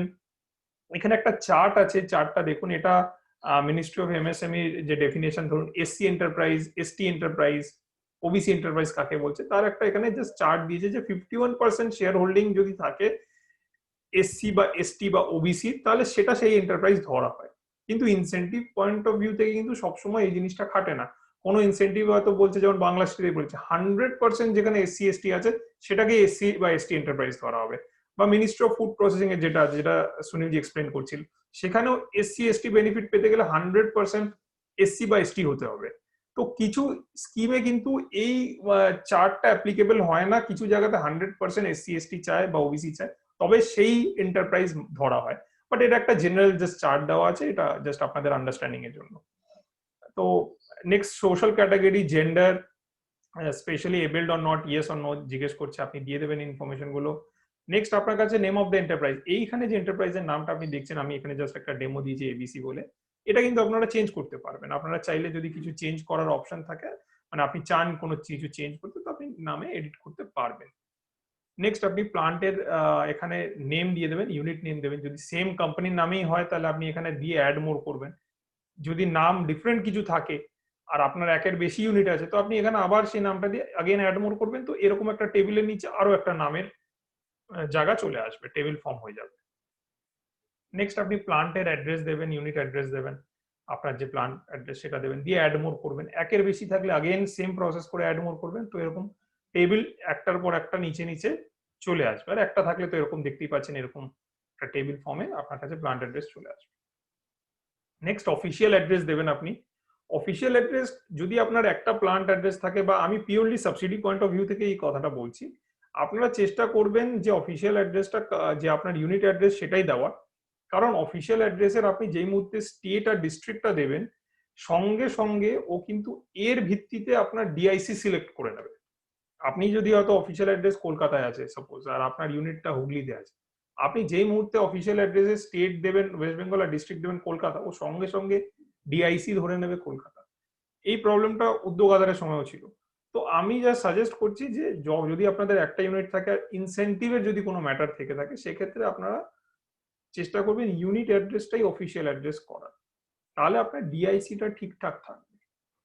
নেক্সট আপনি EM2 বা আপনার UM যদি কিছু থাকে আপনি মেনশন করে দেবেন, না থাকলে নট অ্যাপ্লিকেবল। দেন আপনি ইনকর্পোরেশন ডেট, প্রোডাকশন ডেট যেটা commercial production date, bank details, major activity, এগুলো দেবেন। এনআইসি কোড আপনার ম্যানুফ্যাকচারিং থাকলে ম্যানুফ্যাকচারিং এর চুজ করবেন, সার্ভিস থাকলে সার্ভিসের এনআইসি কোড চুজ করবেন। মাল্টিপল এনআইসি কোড নিতে পারেন, কোনো তাতে অসুবিধা নেই। নেক্সট মেল ফিমেল আদার্স, এখানে আপনি জাস্ট কত এমপ্লয়মেন্ট জেনারেশন করেন মেল বা ফিমেলের সেটা দিয়ে দেবেন। কোনো জায়গায় আপনি ব্ল্যাঙ্ক ছাড়তে পারবেন না, আপনাকে সব জায়গাতেই কিছু না কিছু মেনশন করতে হবে। আইদার তো আপনি নট অ্যাপ্লিকেবল করে দেবেন, আইদার তো এখানে জিরো লিখে দেবেন, যে লিখতে হয় হাইফেন দিয়ে দেবেন, মানে আপনি ব্ল্যাঙ্ক ছাড়তে পারবেন না জাস্ট ওটাকে। এবার প্লান্ট এন্ড মেশিনারির এখানে ভ্যালু জায়গাটা আসছে, WDV value, written down value নেয়। কিন্তু এই জায়গাতে এই যে বক্সটা আছে, এটা কিন্তু যদি 18-19 ফিনান্সিয়াল ইয়ারে আপনার ITR ফাইল করা থাকে তাহলে ফ্রিজ থাকবে, আপনি এখানে ভরতে পারবেন। আপনাকে বি বক্সটাতে ভরতে হবে সেলফ ডিক্লারেশন বেসিসে, পলিউশন কন্ট্রোলের কস্ট, রিসার্চ এন্ড ডেভেলপমেন্ট যদি থেকে থাকে ভরবেন। ওই অ্যামাউন্টটা মাইনাস হয়ে যাবে এ থেকে, টোটাল ভ্যালু ওরা ক্যালকুলেট করে নেবে। সেম ভাবে টার্নওভার আপনার যদি জিএসটি রিটার্ন থাকে ফাইল করে 18-19, আপনি ভরতে পারবেন না। এক্সপোর্ট টার্নওভার যদি কিছু থেকে থাকে মেনশন করতে পারবেন, দিয়ে দেবেন, ওটা মাইনাস হয়ে টোটাল নেট টার্নওভার চলে আসবে। দেন জেম বা ট্রেডসে রেজিস্টার করতে চাইলে ইয়েস করবেন, হলে নো করে দেবেন। এখানে ডিআইসি আপনার অটোমেটিক্যালি চলে আসবে, যেরকম আমি বললাম অফিসিয়াল অ্যাড্রেস যেই মুহূর্তে আপনি ভরবেন ডিআইসি চলে আসবে। তারপর আপনি ওটিপি জেনারেট করবেন, ওটিপি জেনারেট করার পর ওটিপি আপনি দেবেন, দিলে আপনার রেজিস্ট্রেশনটা সাকসেসফুল হয়ে যাবে, এরকম একটা মেসেজ আপনার কাছে আসবে নতুন যারা করবে তাদের ক্ষেত্রে। এবং এটাই আপনার কিন্তু MSME রেজিস্ট্রেশন নাম্বার বা উদ্যম রেজিস্ট্রেশন নাম্বার। ওরা কিছুদিন টাইম নেয়, 3-4 দিন সময় নেয় আপনার ডেটাটা ভেরিফাই করার জন্য। 3-4 দিন পরে আপনি আবার ওই udyamregistration.gov.in সাইটে গিয়ে প্রিন্ট সার্টিফিকেট অপশনে যাবেন, সেখানে গিয়ে ওই উদ্যম রেজিস্ট্রেশন নাম্বার দেবেন, মোবাইল নাম্বার দেবেন যেটা আপনি অ্যাপ্লিকেশনে দিয়েছেন, দিয়ে ওটিপি জেনারেট করবেন। যদি সার্টিফিকেট রেডি হয়ে গিয়ে থাকে তো আপনার সামনে এরকম একটা সার্টিফিকেট চলে আসবে আপনার এন্টারপ্রাইজের নামে। এটা আমি একটা জাস্ট রেপ্লিকা দেখাচ্ছি যে সার্টিফিকেটটা এরকমই দেখতে হবে, এই ইনফরমেশন গুলো থাকবে। নেক্সট আমি আপনাদেরকে একটুখানি এনআইসি কোডের ব্যাপারেও বলে দিচ্ছি, অনেকেই হয়তো জানেন তাও আমি বলে দিচ্ছি। ধরুন আপনি একটা এনআইসি কোড চুজ করবেন, কিভাবে করবেন? এই ন্যাশনাল ইন্ডাস্ট্রিয়াল ক্লাসিফিকেশন 2008 এটাই হচ্ছে লেটেস্ট। এটার ভিত্তিতে কিন্তু MSME এর এই যা এনআইসি কোড আপনি ড্রপ ডাউন পাবেন অ্যাপ্লিকেশনের সময়, এর বেসিসেই হয়। তো আপনি ধরে নিন আপনার একটা রাইস মিল আছে বা ফ্লাওয়ার মিল আছে, তার ক্ষেত্রে কিভাবে হবে দেখুন। 2 ডিজিট এনআইসি কোড সবার আগে লাগে। 2 ডিজিট হচ্ছে এইটাকে বলে, এই যে 10 নম্বর, এটা হচ্ছে 2 ডিজিট। আমি রাইস মিল বা ফ্লাওয়ার মিলের হিসেবে এক্সাম্পল দিচ্ছি। এবং 2 ডিজিটের পরে বা 3 ডিজিট এনআইসি কোড লাগে, যদিও 3 ডিজিট MSME রেজিস্ট্রেশনের সময় লাগে না, তাও আমি দেখিয়ে দিচ্ছি। 3 ডিজিট হচ্ছে 10-এর আন্ডারে হচ্ছে 106, এটা হচ্ছে 3 ডিজিট। এটা হচ্ছে ফর রাইস মিল বা ফ্লাওয়ার মিল। তো এই যে manufacture of grain mill product, starches and starch product, এটা হলো 3 ডিজিট। এবার আপনি 106-এর আবার সাব ডিজিট যেটা আছে, সাব গ্রুপ আছে যেটা, সেটা হচ্ছে 1061, এটা হচ্ছে 4 ডিজিট। আপনি এনআইসি কোডের যে PDF যেটা আছে আর যদি প্রিন্ট আউট নিয়ে রাখেন তার মধ্যে দেখতে পাবেন। আর এর ভিতরে আপনার হচ্ছে এই যে রাইস মিলিং হচ্ছে 5 ডিজিট 10612 বা 10613, এটা হচ্ছে রাইস মিল, বা আপনার ফ্লাওয়ার মিলের হচ্ছে 10611, আর 10613 হচ্ছে পালসেস বা ডাল মিলের। তো এই হচ্ছে 5 ডিজিট এনআইসি কোড। এই কোডগুলো আপনি আপনার যেটা relevant flour mill, rice mill বা ডাল মিল সেই হিসেবে আপনি সিলেক্ট করতে পারেন। এই হচ্ছে প্রসেস। একটা সার্টিফিকেট ইস্যু হয়েছিল, একটা মানে গভর্নমেন্টের তরফ থেকে একটা নোটিফিকেশন দিয়েছিল। এটা দিয়েছিল যখন উদ্যোগ আধার মেমোরেন্ডাম ছিল সেই সময়, কিন্তু সেটা কিন্তু এখনো অব্দি ভ্যালিড, মানে এখনো এই জিনিসটা মানা হয়। সেটা হচ্ছে কারোর যদি এই কিছু এনআইসি কোডের আন্ডারে কোনো অ্যাক্টিভিটি থাকে, ধরুন হোলসেল বা রিটেলের কোনো অ্যাক্টিভিটি, ফিশিং অ্যান্ড অ্যাকোয়াকালচার, এই ধরনের যদি কোনো রকম কোনো অ্যাক্টিভিটির সঙ্গে আপনারা যুক্ত থাকেন বা কেউ যুক্ত থাকে, তারা কিন্তু এমএসএমই রেজিস্ট্রেশন নিতে পারবে না, এগুলো এমএসএমই এর আওতায় আসে না। আর 1 নম্বর যে এনআইসি কোড আছে 01, তার মধ্যেও ম্যাক্সিমাম গুলো আসে না, কিন্তু কোনগুলো আসে, কোন কোন অ্যাক্টিভিটি গুলো এমএসএমই এর আওতায় আসে সেটা আবার দিয়ে দিয়েছে, যে এই ধরনের অ্যাক্টিভিটি গুলো সঙ্গে যদি কেউ যুক্ত থাকে তারা কিন্তু এমএসএমই রেজিস্ট্রেশন নিতে পারে। তো এটা একটা ইম্পর্টেন্ট, যদি আপনারা কেউ এই ধরনের অ্যাক্টিভিটির সঙ্গে যুক্ত থাকেন, এই এনআইসি কোড যেগুলো দেওয়া আছে এখানে 2, 3, 45, 46, 47, 97, 98, 99, তাহলে কিন্তু আপনারা এমএসএমই রেজিস্ট্রেশন নিতে পারবেন। এনআইসি কোড আপনি বইতে পাবেন, যে মুহূর্তে আপনি রেজিস্ট্রেশন করাতে যাবেন দেখতে পাবেন। আর যদি এই ধরনের কোনো অ্যাক্টিভিটির সঙ্গে আপনারা যুক্ত থাকেন ডেফিনেটলি আপনারা নিতে পারবেন। এছাড়া এরপর আমি আরেকটা স্কিম আছে সেন্ট্রাল গভর্নমেন্টের, যেরকম সুনীলজি দুটো স্কিম এক্সপ্লেন করলো, আমি একটা বলছি। সেটা হচ্ছে credit linked capital subsidy technology upgradation scheme. এই স্কিমটার ব্যাপারে হয়তো অনেকেই পরিচিত আপনাদের এখানে যারা এখন উপস্থিত আছেন।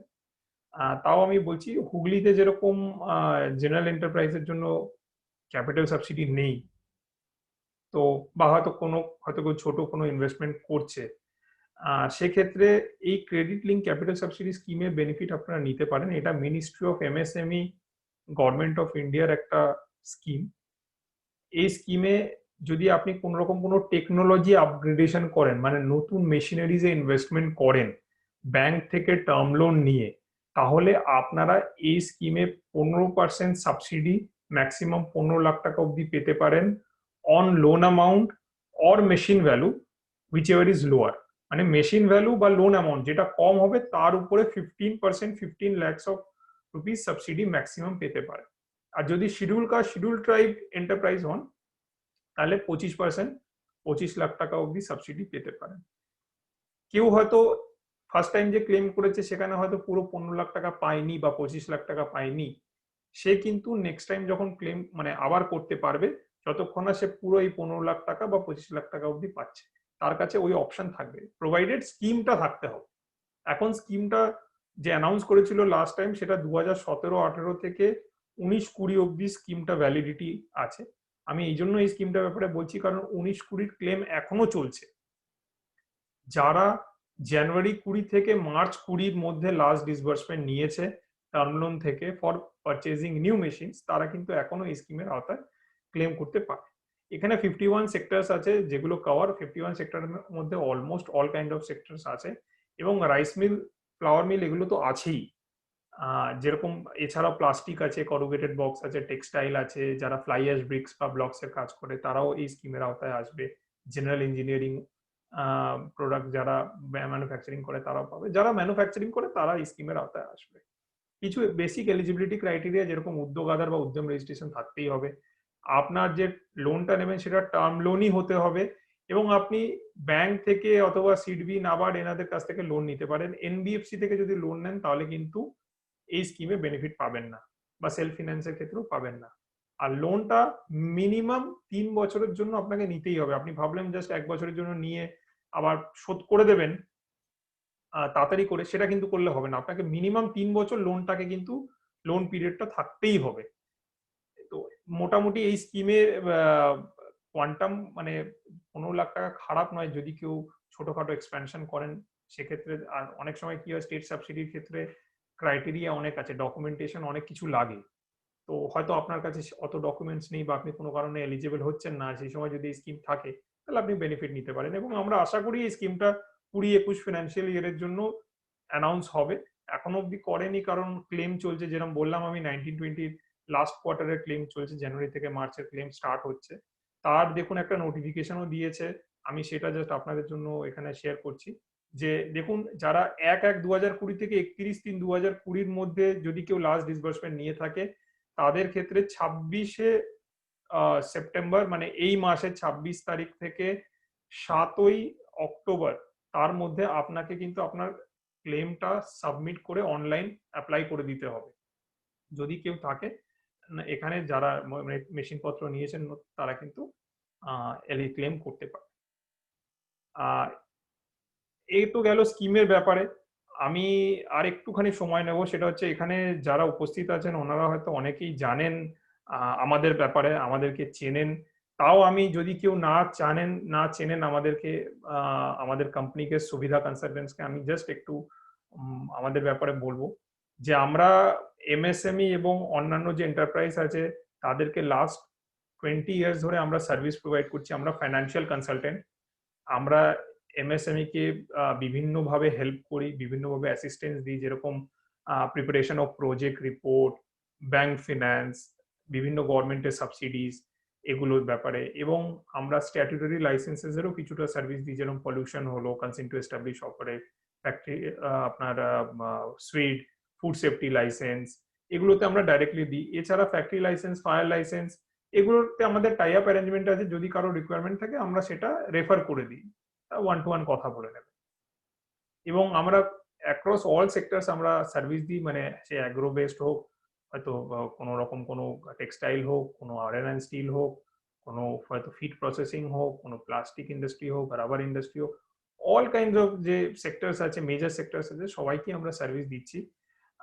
এবং আমাদের বিভিন্ন অফিস আছে, আমাদের কর্পোরেট অফিস তো কলকাতায় ভবানীপুরে 14 এসপি মুখার্জি রোডে, এবং আমাদের বিভিন্ন অন্য অফিসেস আছে, নেটওয়ার্কস আছে, সেটা আপনাদের ওয়েস্ট বেঙ্গলের মধ্যে শিলিগুড়িতে আছে, বর্ধমানে আছে, পুরুলিয়ায় আছে, অ্যাট দ্য সেম টাইম দিল্লিতে আছে আমাদের, আউট অফ ওয়েস্ট বেঙ্গল দিল্লিতে আছে, গুয়াহাটিতে আছে, ভুবনেশ্বরে আছে, রাঁচিতে আছে। তো আমরা এমএসএমই কে সার্ভিস দিচ্ছি। তো এখানে অনেকেই আমাদের সঙ্গে, মানে অনেকে আমাদের ব্যাপারে জানেন, আমরা তাদেরকে সার্ভিস দিচ্ছি, কিন্তু যারা জানেন না জাস্ট তাদের জন্য আমি একটুখানি আমাদের মানে কোম্পানি ব্যাপারে বললাম, আমরা কি ধরনের কাজ করি। Thank you so much.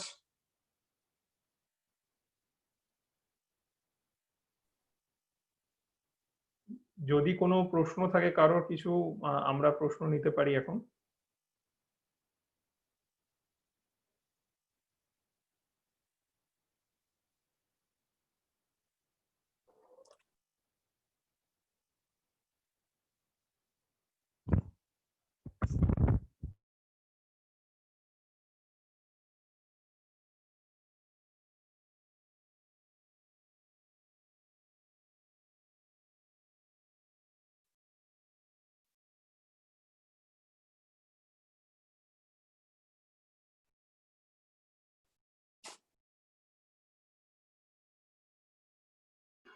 এমনি স্টেট গভর্নমেন্ট ইনসেন্টিভ বা সেন্ট্রাল গভর্নমেন্টের কি কোনো কোয়ারি বা কিছু আছে?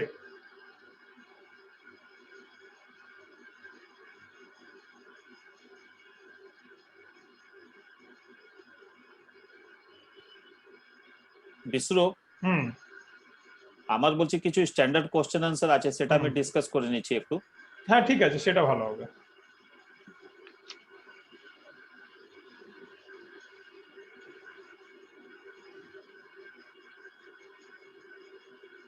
অ্যাকচুয়ালি সানি দাদা বলো। হ্যাঁ দাদা বলো। হ্যাঁ, মানে যারা তোমরা ডাইরেক্টলি এই সাবসিডি কেস বা এই সব জিনিসগুলো ডাইরেক্টলি করো, তাদের যে সুবিধা অসুবিধে কি আছে, বা কোন সাবজেক্টটা, মানে ধরো আমরা নতুন শুনলে অতটা বুঝবো না, ঠিক না আছে? আমরা তোমরা এটা নিয়ে রেগুলার বেসিসে চর্চা করো, ঠিক আছে? তো একটু সেই ম্যাটারটা তোমরা দেখে নাও না, তোমাদের দিক থেকে কোনো যদি কোয়েশ্চেন আসে বা কিছু জানার থাকে আমি সেটা তোমায় দেখো। বলে দিচ্ছি দাদা, আমাদের মধ্যে আমি যেমন আমার মাতৃমন্দির ইউনিটটা, মাতৃমন্দির রাইস মিল, ওনাদের সঙ্গে মাতৃমন্দির রাইস মিলের সঙ্গে ফার্স্ট আমাদের ওনাদের ইয়ে হয়, তারপর আমি ওইখানেও স্যাটিসফাইড আছি, প্লাস এবং আমার নতুন যে মাতৃভূমি রাইস মিলটা যেটা নতুন না প্রজেক্ট, ওটা স্যাটিসফাইড মানে এই যে আজকে যে স্কিমটা উনি আলোচনা করলেন এই বিষয়ে কিছু বক্তব্য যদি থাকে। সুনীল জি না বক্তব্য শুনুন, আমি কিছু স্ট্যান্ডার্ড কোশ্চেন অ্যান্সার Hello? আছে যেটা, হ্যালো বলছি, আমার কাছে কিছু কোশ্চেন অ্যান্সার আছে যেটা আমরা কোয়ারি গুলো আছে সেটা আমি আলোচনা করে নিচ্ছি 2 মিনিট। করে নিন করে নিন। দেখুন স্ক্রিন শেয়ারিং এ লেখা আছে, in new West Bengal incentive Banglashree nothing has been mention for textile sector. ঠিক আছে, যেগুলো যে ইউনিটটা টেক্সটাইল সেক্টরে আসছে, কমার্শিয়াল অপারেশন 1 এপ্রিল 2018 আর 19 এর মধ্যে আসবে, তার কি আছে? 2013 এ কি ছিল, দুটা পলিসি ছিল, টেক্সটাইলের জন্য আলাদা আর আদার দেন টেক্সটাইল আলাদা। এই বাংলাশ্রী যে স্কিমে যে এক্সটেনশন দিয়েছে, বাই মিস্টেক ধরুন ইয়া বাই ওমিশন টেক্সটাইল সেক্টরকে কভার করেছে না। তো যে ইউনিটটা টেক্সটাইল সেক্টরে আসছে ও কমার্শিয়াল অপারেশনের ডেট এটা আছে, তো এখন পর্যন্ত ওটা পুরাতন স্কিমে জমা করতে পারবে না। ঠিক আছে, সেকেন্ড আছে কি যে 1 এপ্রিল 2018 থেকে 31 মার্চ 2019 এর মধ্যে এক্সপেনশন করেছে, সেটা কি সাবসিডি পাবে? 2013 এ কি ছিল, এক্সপেনশন যদি নতুন লোকেশন নতুন প্রোডাক্ট হলে 2013 এ কভার ছিল। ঠিক আছে, এক্সিস্টিং লোকেশনে যদি কভার করে তো পুরাতন স্কিমে কোনো সাবসিডি নেই। আচ্ছা, একটা কোশ্চেন আসছে খুব ইম্পর্টেন্ট আছে যে 1 এপ্রিল 2018 এ থেকে 31 মার্চ 2019 এর মধ্যে প্রোডাকশন স্টার্ট করেছে কিন্তু উদ্যোগ আধার মেমোরেন্ডাম নিল না, সেটা কি জমা করতে পারে পুরাতন স্কিমে? সেটা করতে পারবে না। সেটা পুরাতন স্কিমে খুব দরকার লেখা আছে উদ্যোগ আধার নেওয়া উচিত, আর এখন উদ্যোগ আধার বন্ধ হয়ে গেছে, এখন উদ্যম রেজিস্ট্রেশন আছে। তো এখন পর্যন্ত যে আমরা ডিপার্টমেন্ট থেকে ক্লারিফিকেশন নিয়েছি, যদি কেউ উদ্যোগ আধার নিতে ভুলে গেছে, ইয়ে নিতে পারলো না, ঠিক আছে, তার এলিজিবিলিটিটা কোশ্চেনে আছে, তাকে এলিজিবল হওয়া মুশকিল আছে, তার যার কমার্শিয়াল অপারেশন এটা আছে, এটার পর যে প্রোডাকশন করেছে সেটা উদ্যম রেজিস্ট্রেশন নিয়ে নতুন স্কিমে জমা করতে পারে।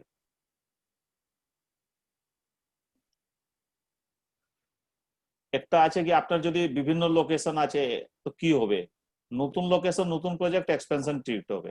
একটা কোম্পানিতে ফার্স্ট লোকেশনটাই অরিজিনাল প্রজেক্ট হচ্ছে, তারপরে আপনি যতবার ইনভেস্টমেন্ট করবে নতুন লোকেশন ও এক্সিস্টিং লোকেশন ও যা ইনভেস্টমেন্ট করবে ও সব ইনভেস্টমেন্টটা এক্সপেনশন প্রজেক্ট আছে।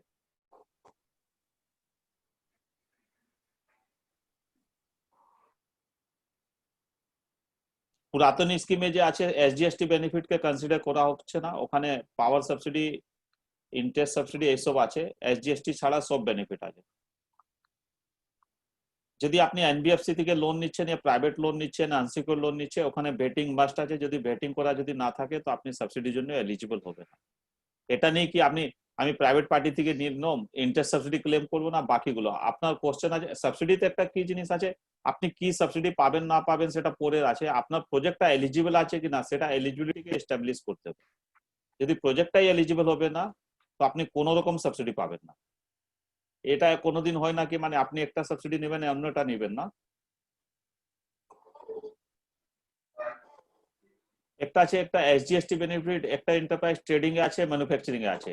তো এসজিএসটি কিভাবে পাবে, আপনাকে সেপারেট সেট অফ অ্যাকাউন্টস রাখতে হবে, ট্রেডিং আলাদা ম্যানুফ্যাকচারিং আলাদা। আপনাকে সবসময় এটা প্রুভ করতে হবে আমি ম্যানুফ্যাকচারিং থেকে এই এসজিএসটি বেনিফিট করেছি, সেটা আপনাকে প্রুভ করতে হবে।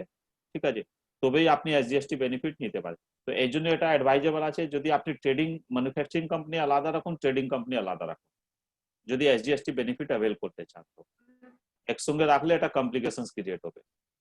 এটা ইউনিটের দায়িত্ব আছে কি ও এসজিএসটি কত পেমেন্ট করেছে গভর্নমেন্টকে তাকে প্রুভ করা প্রপার ওয়ে।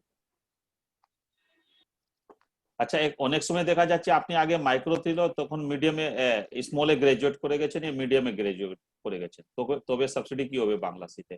আপনি 3 বছর পাবেন from the date of graduation, যেদিন আপনার গ্রাজুয়েট হবে সেখান থেকে 3 বছর পাবেন, আর ওখানে নন ট্যাক্স বেনিফিট পাবেন, এসজিএসটি বেনিফিট পাবেন না। ইন্টারেস্ট সাবসিডি ক্লেম করার সবসময় আপনাকে রেগুলার পেমেন্ট করতে হবে, ডিফল্ট পেমেন্ট হলে আপনি পাবেন না, এলিজিবল হবে না। আপনাকে কোনো পেনাল ইন্টারেস্ট লাগা উচিত না, আপনাকে পেমেন্টটা টাইমলি করতে হবে। আপনার যদি স্টেটমেন্টে ডিফল্ট পেমেন্ট থাকে ইয়া লেট পেমেন্ট থাকে তো ওই কোয়ার্টার ওই পিরিয়ডে আপনি সাবসিডি পাবেন না। সুনীল জি, আমার একটা কোশ্চেন আছে, একটু জিজ্ঞাসা করবো? হ্যাঁ বলুন। বলছি আমাদের আমি যে নতুন ইউনিটটা করলাম মাতৃভূমি, তো এটার ক্ষেত্রে আমি এসজিএসটি প্লাস সিজিএসটি আমার যে ওই যেহেতু ইম্পোর্ট এক্সপোর্টের লাইসেন্সটা করা আছে, যেহেতু আমার মেশিনটা পুরো আমি ইম্পোর্ট করেছিলাম, তো ইম্পোর্টের এক্সপোর্টের লাইসেন্স করার জন্য আমাদের একটা ওই ইয়ে ছিল, স্কিম ছিল যে কেউ যদি এইটা আর কি আপনার কি বলে আহ, এই মনে করুন 5 বছর কি 6 বছরের মধ্যে যদি আমি এক্সপোর্ট করি, তাহলে ওই ইয়েটা এসজিএসটি আর সিজিএসটা রিফান্ড হয়ে যাবে আমার। হুম। তো সেইটা আমরা অলরেডি ক্লেমটা পেয়ে গেছি। মনে করুন ঠিক আমি আছে। যা তো তারপর কি আমরা এই সাবসিডির আওতায় পড়বো না পড়বো না? দেখুন, আপনি এই যে কাস্টম ডিউটি বেনিফিট ক্লেম করেছেন তো, হ্যাঁ হ্যাঁ হ্যাঁ। ঠিক আছে। কাস্টম ডিউটি থেকে বাংলাদেশের কোনো লিঙ্ক নেই। আপনি কাস্টম ডিউটি তো মেশিন ইম্পোর্টে নিয়েছেন না, ডিউটি কম্পোনেন্ট নিয়েছে, আপনি তো হুম। কোনো ক্যাপিটাল সাবসিডি নিলেন না। না না না। আর তো আপনি বেনিফিট পাবেন ওটা। আচ্ছা। আপনার স্কিমে কি বলা আছে, আপনি সেম নেচার অফ সাবসিডি দু জায়গা নিতে পারেন না। মানে সেন্ট্রাল আচ্ছা। থেকে ফুড সাবসিডি নিলেন তো স্টেট থেকে ফুড সাবসিডি পাবেন না। এমনি হুগলি ডিস্ট্রিক্টে তো ক্যাপিটাল সাবসিডি নেই। তো আপনার যে কেস আছে, আপনি কাস্টম ডিউটি আছে, ঠিক আছে। তো বাংলাদেশে তো কাস্টম ডিউটি কোনো রিফান্ড নেই, ওখানে তো এসজিএসটি আছে, আইজিএসটি নেই। কাস্টম ডিউটির জন্য কিছু লেখা নেই। না, কাস্টম ডিউটি বলতে যেমন ধরুন আমি মালয়েশিয়া থেকে মেশিনটা ইম্পোর্ট করলাম, মালয়েশিয়া থেকে আমার কোনো ডিউটি ছিল না, ডিউটি ফ্রি ছিল। মালয়েশিয়া টু ইন্ডিয়া কোনো ডিউটি নেই। কিন্তু এই ইম্পোর্ট এক্সপোর্টের লাইসেন্সটা করার জন্য আমাদের ইন্ডিয়ার যা ম্যানুফ্যাকচারিং আছে তাদের আমার ওই ইম্পোর্ট এক্সপোর্টের লাইসেন্সটা দিলে তাদের যে এসজিএসটি সিজিএসটি যেটা চার্জ হচ্ছিল সেইটা আমি ক্লেম করে রিফান্ড পেয়ে গেছি। সাপোজ মনে করুন বুঝে একটা গেছি। আমি, বুঝেছেন তো? হ্যাঁ, তো আপনি এসজিএসটি বেনিফিট পাচ্ছেন, সেটা তো মেশিন উপরে পাচ্ছেন না, আপনি তো মাল বিক্রি করে ফিনিশ গুডস প্রোডাক্ট করে না এসজিএসটি না বেনিফিট না পাবেন। না না না না, মনে করুন আমি একটা মেশিন নিয়ে এসেছি ওখান থেকে, কিন্তু ওই হ্যাঁ। যেহেতু ইম্পোর্ট এক্সপোর্টের লাইসেন্সটা করা আছে, সেহেতু আমি মনে করুন আমার এখানে একটা কোনো কোম্পানির কাছ থেকে আমি একটা মেশিন নিয়েছি, ইন্ডিয়ান কোনো কোম্পানির কাছ থেকে। তো তারা বিলিং এ যখন ওই নাম্বারটা দিয়ে দিচ্ছে, আমার ইম্পোর্ট এক্সপোর্টের নাম্বারটা দিয়ে দিচ্ছে, তখন কি হচ্ছে আমি কিন্তু ওই কোম্পানি যে আমার কাছ থেকে 5% কি 6% যে জিএসটিটা নিল, সেই জিএসটিটা কিন্তু আমি রিফান্ড পেয়ে গেলাম। ঠিক আছে। তো এইবার তো আমি তো আপনার অলরেডি কনফিউশনটা জিএসটি এসজিএসটি আমি রিফান্ড পেয়ে গেছি, তাহলে আমি আবার কি করে সাবসিডির জন্য ক্লেম করব? হ্যাঁ, খুব ভালো কোশ্চেন বলেছেন আপনি। ঠিক আছে, আপনি যে এসজিএসটি বেনিফিট পাচ্ছেন, আপনি তো নেটের উপর পাবেন। আপনি যে গভর্নমেন্টকে পেমেন্ট করবেন after adjustment of input credit, হুম মানে হুম ধরে রাখুন আপনার 100 টাকা এসজিএসটি লাইবিলিটি হলো, ঠিক আছে। হুম এবার আপনি যে গভর্নমেন্টকে পেমেন্ট যে করবেন, সে 50 টাকা মেশিন উপর লাইবিলিটি ছিল, তো আপনি তো নেট পেমেন্ট হুম 50 টাকা করছেন। তো আপনার যে হুম এসজিএসটি বেনিফিট পাচ্ছেন, ঠিক আছে, ও তো 50 হুম। টাকা উপর আপনি 30% পাবেন। আচ্ছা আচ্ছা আচ্ছা, বুঝতে পেরেছি। ঠিক আছে, তো আপনার তো ডাবল বেনিফিট হচ্ছে না এখানে। ঠিক ঠিক ঠিক ঠিক ঠিক ঠিক। Thank you. আচ্ছা, এবার একটা কোশ্চেন আছে, আপনি যদি কোনো সিক ইউনিটকে নিয়ে রিভাইভ করছেন তো সাবসিডি পাবেন কিনা। সিক ইউনিটের পর কোনো সাবসিডি নেই, আপনি যদি অ্যাডিশনাল ইনভেস্টমেন্ট যদি করেন তো অ্যাজ এ এক্সপেনশন হিসাবে সাবসিডি পাবেন। আপনাকে মিনিমাম কত বছর প্লান্টকে, আপনাকে মিনিমাম 5 বছর প্লান্টকে কন্টিনিউ রাখতে হবে। যদি আপনি ডিসকন্টিনিউ করে দেন তো আপনার সাবসিডি যে স্যাংশন হয়ে গেছে ইয়া টাকা পেয়ে গেছে, you have to refund to the government. Minimum 5 years criteria আছে। যদি আপনি ল্যান্ড এন্ড বিল্ডিং যদি লিজে নেন তো গভর্নমেন্টে অ্যাপ্রুভড ইন্ডাস্ট্রিয়াল পার্ক হলে তবে স্টাম্প ডিউটি পাবেন। আর লিস্ট মিনিমাম আপনার 15 ইয়ার্স হলে ভালো আছে, লিস্ট শুড বি রেজিস্টার্ড। আচ্ছা, পার্টনারশিপ ফার্ম হলে পার্টনারশিপ ফার্মের রেজিস্ট্রেশন মাস্ট আছে, ঠিক আছে। কোম্পানি হলে ঠিক আছে, কোম্পানি তো রেজিস্টার্ড আছে, এলএলপি রেজিস্টার্ড আছে। পার্টনারশিপ ফার্ম হলে পার্টনারশিপ ফার্মের রেজিস্ট্রেশন মাস্ট আছে। এগুলো কিছু কোশ্চেন আনসার ছিল স্ট্যান্ডার্ড, যেটা আমি ডিসকাস করে নিয়েছি। এবার কোনো কোশ্চেন আনসার আছে তো কোথা করতে পারেন।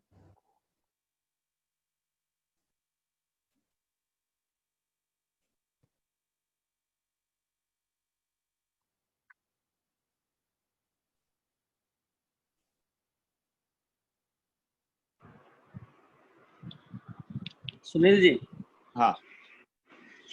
मैं जरा लेट से ज्वाइन किया था, तो हाँ, ये मीडियम, माइक्रो, स्मॉल, इसका स्लैब जरा बताएंगे? हाँ बताता हूँ ना। सर आपने पहले बता दिया होगा।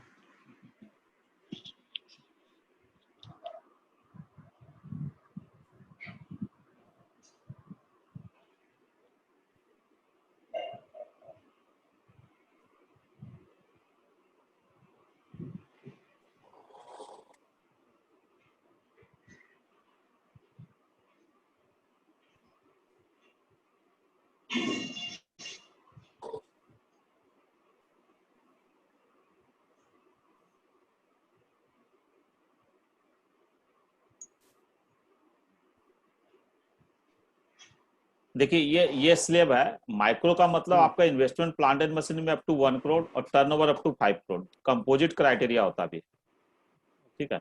स्मॉल का मतलब investment in plant and machinery up to 10 crore, turnover up to 50 crore. Medium का मतलब हुआ इन्वेस्टमेंट 50 करोड़ और टर्नओवर अप टू 250 करोड़। ये क्राइटेरिया है। इसके बेसिस पे डिसाइड होगा कि आपका वो है माइक्रो है स्मॉल है। यहाँ पे अप टू वर्ड कोई डिफरेंशियल स्लेब नहीं है। ऐसा नहीं है कि 10 करोड़ से 50 करोड़।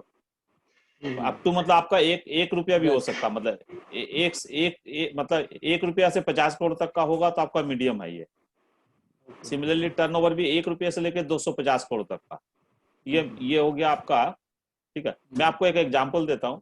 आपका सपोज प्लांट एंड मशीनरी में 1 करोड़ का इन्वेस्टमेंट है, आपका टर्नओवर 240 करोड़ रुपया है, ठीक है। ओके, तो ये 1 मीडियम करोड़ में आ होने से जाएगा। मीडियम में आ जाएगा, ओके, ठीक है। यहाँ प्लांट एंड मशीनरी का मतलब हो गया जो इनकम टैक्स एक्ट के हिसाब से जो प्लांट एंड मशीनरी बोलते हैं, आप जो इनकम टैक्स में डेप्रिसिएशन शेड्यूल बनाते हैं, जो इनकम टैक्स रिटर्न में जमा जो डेप्रिसिएशन शेड्यूल है, वो that is the plant and machinery. और प्लांट एंड मशीनरी का जो वैल्यू रहेगा WDV रहेगा, ओरिजिनल कॉस्ट नहीं। इस बार एक मेजर चेंजेस हुआ है, अच्छा, ठीक है। और ये हर साल आपका ये रिन्यूअल आपका अपडेट होते रहेगा, हर साल आपको रिन्यूअल कराना होता है। ऐसा भी हो सकता है कि एक साल आपका माइक्रो है, नेक्स्ट ईयर आपका स्मॉल हो गया, फिर आप वापस माइक्रो हो गया।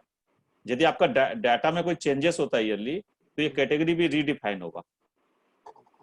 तो उसका अमेंडमेंट लगाना पड़ेगा? वो ऑनलाइन होता है सारा चीज, आपको ऑनलाइन? ऑनलाइन ओके, करवाना। हाँ हाँ हाँ। Okay, okay, thank you.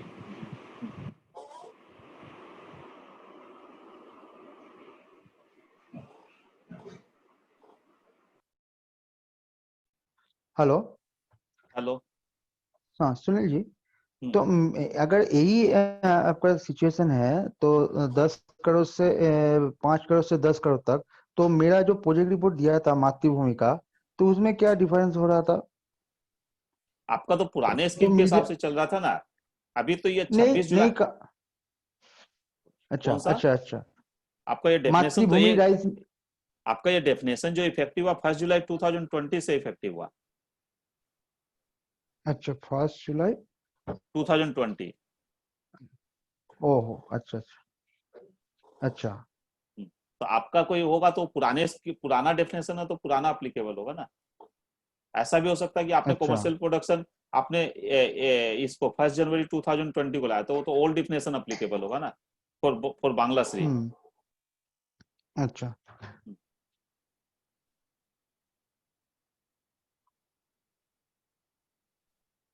ना मेरा मेरा जो चीज हुआ है प्रोजेक्ट रिपोर्ट में, इसको एक बार सबको जानकारी दे दीजिए, नहीं तो फिर किसी को गड़बड़ होगा, क्यों कंफ्यूजन होगा। नहीं, आपका प्रोजेक्ट रिपोर्ट में क्या हम देखा नहीं उसका। वो जो हुआ था ना, 5 करोड़ 40 लाख रुपए टोटल प्लांट एंड मशीनरी का, ये हो गया था। वो CLCSS सब्सिडी के लिए क्या? नहीं नहीं नहीं, ये आपका ये बांग्लादेशी सब्सिडी के लिए। हाँ हाँ। नहीं, आपका तो कितना था प्लांट एंड दीनदयाल मशीनरी जी, में? दीनदयाल जी पाँच देख करोड़ रहा ना। तीस लाख रुपया पाँच हाँ अच्छा, 5 करोड़ 30 लाख रुपया था, फिर उसको क्या किया? हम लोग हाँ 5 हाँ। करोड़ के नीचे रखा है क्या उसको? उसको वो कैसे नीचे बैंक ने स्टैम्प मार के साइन कर दिया, वो प्रोजेक्ट रिपोर्ट कैसे चेंज करेगा? कौन सा जो डेट वाला जो इशू है वो चल रहा है क्या? हाँ, हम्म। हाँ हाँ, वो ठीक, अब हम लोग दीनदयाल जी डिस्कस कर। लाइन नहीं, दीनदयाल जी यहाँ पे नहीं है अभी। हाँ, अच्छा, उसको दीनदयाल जी के साथ डिस्कस कर लेगा क्या है। ठीक ठीक ठीक। नहीं, वही हमारे चीज जो हमारे साथ हुआ है, ये आपको बता देते तो अच्छा होता, आप बताइए, क्योंकि फिर हम ये एक्सप्लेन कर गलती। देते। आप बताइए आपका क्या केस था। मेरा केस था, मेरा मान लीजिए 2019 में प्रोडक्शन आ गया, हम्म, 1 अप्रैल 2019 में मेरा प्रोडक्शन आ गया ठीक है। मातृभूमि का। हम्म, हमारा जो ये था आपका एमएसएमई का जो रजिस्ट्रेशन था 4 करोड़ 80 लाख रुपया, हम्म, बट मेरा प्रोजेक्ट रिपोर्ट था 5 करोड़ 30 लाख रुपया का, प्लांट हम्म, एंड मशीनरी। हम्म, तो उद्योग आधार में हो गया 4 करोड़ 30 लाख 80 लाख का, हम्म, और प्रोजेक्ट रिपोर्ट हो गया 5 5 करोड़ 30 लाख करोड़ का। 30 लाख, हाँ हाँ हाँ। पांच का। नहीं, तो इसमें प्रीतम इसको बाबू, हमने, इसमें कोई कंफ्यूजन नहीं है। देखिए, आपका प्रोजेक्ट रिपोर्ट आपने 530 के हिसाब से बना, आपका इन्वेस्टमेंट 480 हुआ, तो आपको उद्योग आधार जो रहेगा वो 480 के हिसाब से रहेगा, आपका 530 के हिसाब से उद्योग आधार नहीं बनेगा। जो आपका नहीं, तब तो दीनदयाल जी बोल रहे थे ये आपको प्रोजेक्ट रिपोर्ट चेंज करना प्रोजेक्ट रिपोर्ट, पड़ेगा बैंक सुनिए, से। प्रोजेक्ट रिपोर्ट हम लोग इसलिए चेंज करके रखता है कि वो 530 आए तो उसको कहीं लगेगा नहीं कि ये मीडियम स्केल का प्रोजेक्ट है। उस पर्पज से हम लोग को रीसेग्रीगेट कर लेता है एज ए प्रिकॉशन के हिसाब से। अच्छा अच्छा। आपका जो उद्योग आधार होगा, date is not on the projected figure. आपका उद्यम रजिस्ट्रेशन होगा, date is not on the projected figure, date is on the actual investment. ठीक है। ओके। आपके केस में आप 530 का हम लोग इसलिए दिखा रहे हैं, यदि 530 दिखाएंगे तो वो डीआईसी को लगेगा कि मीडियम स्केल का प्रोजेक्ट है। ठीक है। लेकिन आपका जब इन्वेस्टमेंट 480 का हुआ तो उसको, अच्छा, प्लांट एंड मशीनरी आप जो बनाते हैं और एमएसएमई के हिसाब से जो बांग्ला से जो सब्सिडी के हिसाब से मीनिंग डिफरेंट होता है, तो हम लोग उसको रीअरेंजमेंट कर देता सो डेट कि आगे कंफ्यूजन नहीं बढ़े। The whole idea is this. अच्छा, नहीं फिर जाके वो आपने वो सेग्रीगेशन करने के लिए बोला है, हाँ, इसीलिए तो डॉक्यूमेंट्स दिए। देखिए, आप जिसको प्लांट एंड मशीनरी बोलता है, पुराना हम पुराना स्कीम का बात कर रहे हैं, अभी नया स्कीम का नहीं। आप जिसको प्लांट एंड मशीनरी बोलता है, हम लोग उसको मिसलेनियस फिक्स्ड एसेट बोलता है। कुछ आइटम जो आपका हम्म miscellaneous fixed asset plant and machinery में चला गया, तो हम लोग सब्सिडी लेने में कोई कंफ्यूजन नहीं हो, उस प्लांट एंड मशीनरी का वो आइटम निकाल के एमएफए में डाल देता। तो डिपार्टमेंट को क्या लगेगा कि आपका जो प्रोजेक्ट रिपोर्ट है उसी के हिसाब से उद्योग आधार हो गया। आई एम अगेन टेलिंग, उद्योग आधार जो होगा आपका वो एमएसएमई एक्चुअल इन्वेस्टमेंट के हिसाब से होगा, not on the projected figure. Okay, ठीक है सर, हाँ, थैंक यू। Thank you.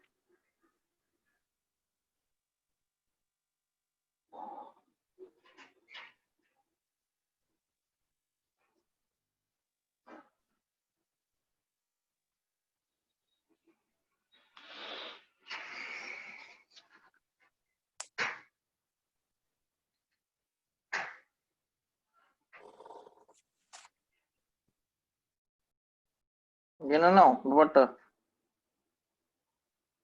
কমলদা,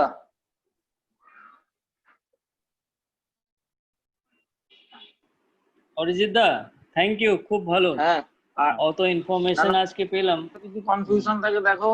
আর হ্যাঁ, এমনি ওনার কন্ট্যাক্ট নম্বর পাওয়া যাবে তো? বিশ্বরূপ কন্ট্যাক্ট নাম্বার দিয়ে দাও না এখানে চ্যাট বক্সে, আমি কন্ট্যাক্ট কন্ট্যাক্ট নাম্বার নাম্বার দিয়ে শেয়ার দিই। করে দিচ্ছি। বিশ্বরূপ নাম্বার দিয়ে দাও। হ্যাঁ, আমি শেয়ার করে দিচ্ছি। यहाँ সুনীলবাবু, कॉन्टेक्ट नंबर हमारा, हाँ হ্যাঁ একটা মনে হয় আপনি যে প্রেজেন্টেশনটা আজকে আমাদেরকে हाँ যেটা আপনি বানিয়েছেন, এটা যদি কোনো আমাদের একটা হার্ড কপি পাওয়া যায়, মানে আপনি, মানে আমি কেন বলছি এটা, ধরুন আপনি একটা বললেন যে নতুন প্রজেক্টের ক্ষেত্রে এই স্টাফের বোধহয় 100, এখন তার জন্য কি করতে হবে, 50% আপনাকে এমপ্লয়, এই ইয়ে থেকে নিতে হবে, हाँ एम्प्लॉयमेंट बैंक থেকে এমপ্লয়মেন্ট গভর্নমেন্ট। এক্সচেঞ্জের ওখান থেকে। नहीं আমি তো একটা এই যে এরকম ছোট ছোট জিনিসগুলো, তো একটু তো প্রত্যেককে মাথায় রেখে কাজ করাই উচিত। ये मीटिंग का अगर रिकॉर्डिंग शेयर कर दें। नहीं, रिकॉर्डिंग शेयर हो जाएगा बहुत अच्छे से। एक हम लोग फेसबुक में डाल देंगे इसको, ठीक है। और इसका आपके यहाँ पे चाहिए, हम रिकॉर्डिंग हो रहा हमारे पास, हम शेयर कर देंगे आप लोग को। हाँ, एक शेयर कर दिए अब हमारे विश्व मीटिंग का व्हाट्सएप আর ग्रुप। আরেকটা জিনিস আমার মনে হয়, যেহেতু সুনীলবাবু, মানে আমি এই সাবজেক্টটা, এই সাবসিডির ব্যাপারটা এতটা কিছু বুঝি না, তো আমার মনে হয় মানে বেশ কিছু জিনিস তো অনলাইন এখন আপনাদের হয়ে গেছে বুঝতে পারছি, যেমন ধরুন রেজিস্ট্রেশন বা এইসব, কিন্তু ডিআইসি ফিআইসি কাজ করতে গেলে আজকে নতুন এন্টারপ্রেনারের ক্ষেত্রে আপনার যখন কেউ জমির মিউটেশন করাতে যাচ্ছে 3 মাস সেটা হচ্ছে, যখন কনভার্সন করতে যাওয়ার সময় 6 মাস টাইম লাগছে। এই টাইম পিরিয়ড গুলোকে যদি আপনারা যেখানে মিটিং এ যান গিয়ে বললে আমার মনে হয় ভালো হয়। নাহলে তো উদ্যম আধার উদ্যোগ যাই হোক, উদ্যম মানুষের জমিতেই শেষ হয়ে যাচ্ছে। শুনুন, এটার জন্য একটা অপশন আছে। আমরা আপনার মেম্বার কত আছে এখানে? আমাদের এখানে 20-25 জন মেম্বার আছি আমরা। 25 জন মেম্বার আছে, তো আমরা একটা 3 মাস একটা মিটিং করতে পারি। और ডিআইসি কে সঙ্গে নিয়ে নিব, এখানে যা যা প্রবলেম ফেস করছে ওনাকে বলবো, ওনাদের কানে তুলবো, তবে উনি এক্সপেডাইট করবে, ডিআইসি অ্যাকশন নিবে ওখানে। এবছর এখন আমাদের রাইস মিল ইন্ডাস্ট্রিতে বেশ কিছু পয়েন্ট এসছে যেগুলো না হলে নেক্সট ইয়ার আমরা গভর্নমেন্টের প্যাডি পাওয়ারের কাজ করতে পারবো না, কিন্তু সেইগুলো কোনোটাই উইদিন 3 মান্থস আমাদের পক্ষে করা সম্ভব নয়। তো সেই জিনিসগুলো মানে যে কোনো জিনিস অনলাইন যখন সলভ হতে চাইছে, মানে যেগুলো ক্রিটিক্যাল জিনিস সেগুলোই অনলাইন হচ্ছে না, যেগুলো কাজ করতে গিয়ে আমরা ডিস্টার্ব ফিল করি সেগুলোই অনলাইন হচ্ছে না। তো এরকম করতে পারি, আপনার যে যে পয়েন্ট গুলো আছে আপনি দেন, আমি একটা প্রেজেন্টেশন বানিয়ে ডিআইসি কে দিব, ডিএম কে দিব, জমা করে দিব। না ঠিক আছে, এগুলো আমরা একটা আলোচনা করে আপনাকে একটা প্রেজেন্টেশন আমরা দিই যে এই জিনিসগুলো আমাদের তো ডিস্টার্ব হচ্ছে। কি প্রেসিডেন্ট স্যার কি বলো? এরকম আমার একটু ঠিকই আছে, কথাবার্তা ঠিকই আছে। হ্যাঁ বলুন শুনলো। আমি কি বলছি, একটা বি এটা আছে, আপনার 3 মাস 4 মাসের ডিফারেন্সে একটা ওয়েবিনার করে নেন, ঠিক আছে? যাদের যাদের প্রবলেম আছে, কোয়ারি গুলো আছে, ডিসকাস করতে হবে। আর সঙ্গে আমরা লোকাল জিএম কে, ডিআইসি জিএম কে বি নিয়ে নিলাম। অরিজিৎদা, আমরা একটা মিটিং একটা করে নিয়ে ওনার সঙ্গে কথা বলে পরে একটা বসলে ভালো হয়, সব থেকে ভালো সবাইকে সঙ্গে নিয়ে। প্লাস যদি এটা উনি যেটা শুনলেও বলছেন, অ্যাকচুয়ালি দেখো আমাদের প্রত্যেকেই কিছু না কিছু সুবিধা অসুবিধার মধ্যে রান করছি। যদি 3 মাস ছাড়া 4 মাস ছাড়া এখন একটু ওনার বসা যায়, মাঝে মাঝে একটা মিটিং করা যায়। এখন তো ভার্চুয়াল মিটিং খুব সুন্দর, 2 ঘন্টা টাইম স্পেন্ড করলেই সবকিছু হয়ে যাচ্ছে। হ্যাঁ সবকিছু হয়ে গেছে, নিজেকেও খাওয়াতে হচ্ছে না, একসঙ্গে সবাইকে পেয়ে যাচ্ছে। হ্যাঁ, তো সেই জায়গায় এখন আমার মনে হয় এই জিনিসগুলো। হ্যালো হ্যালো, আর এখানে ফির যখন আর আমাদের যা যা ইস্যু গুলো থাকবে আমরা এমএসএমই মিনিস্ট্রির কাছে নিয়ে যাব, এই ইউনিট গুলো এইগুলো প্রবলেম করছে, আপনি একটা এক্সপেডিট করুন। ঠিক আছে, সেটা দেখছি। রাজাদা কি খবর, ঠিক আছে তো? ঠিকই আছে, তুমি পয়েন্ট ঠিকই বলেছো। মেনলি আমাদের সমস্যা তো কনভার্সনই থাকে, মানে জমি কনভার্সনে দিলে 6 মাসে 7 মাস লাগিয়ে দেয়। ওই জায়গায় ইস্যুটা 6 মাস লাগে, সেটা তুমি রোজ টাকাটা করলে তবে 6 মাস করলে লাগে, না হলে 6 বছর। বাকি সবই অনলাইনে ফটাফট হয়। কনভার্সনটা টাইম টেকিং আছে। হ্যাঁ, কনভার্সনটা টাইম লেগে যায়, এটা ঠিক বলছেন। কনভার্সনটাই ম্যাক্সিমাম সময় লাগে, বাকি সব এনওসি পেতে কোনো অসুবিধা নেই, আপনি যেখানে গভর্নমেন্ট বললো রেজিস্ট্রেশন যখন আমি করব তখন আমার অটোমেটিক্যালি আমার মিউটেশন হয়ে যাবে। তো এই জিনিসগুলো অ্যাটলিস্ট ইন্ডাস্ট্রির ক্ষেত্রে চালু করুক, যেখানে ঠিক আছে রেসিডেন্সিয়ালের ক্ষেত্রে হয়তো প্রবলেম। যখন গভর্নমেন্ট এটা বলেছে ডিআইসি সিঙ্গেল উইন্ডো আছে, সবই ব্যবস্থাপনা আছে, কিন্তু অ্যাকচুয়ালি ওটা ওয়ার্ক করে না, মানে কাজটা ওরা ঠিকঠাক করে না। না না, এখানে সিঙ্গেল উইন্ডো শুধু নামের জন্য আছে, সিঙ্গেল উইন্ডোতে কোনো কাজ নেই, কাজই নেই। সেটাই হচ্ছে ব্যাপার, সেটাকে আপনাকে, আপনি যেটা বলছেন মিনিস্ট্রিকে জানাবেন, এইটা জানাতে হবে।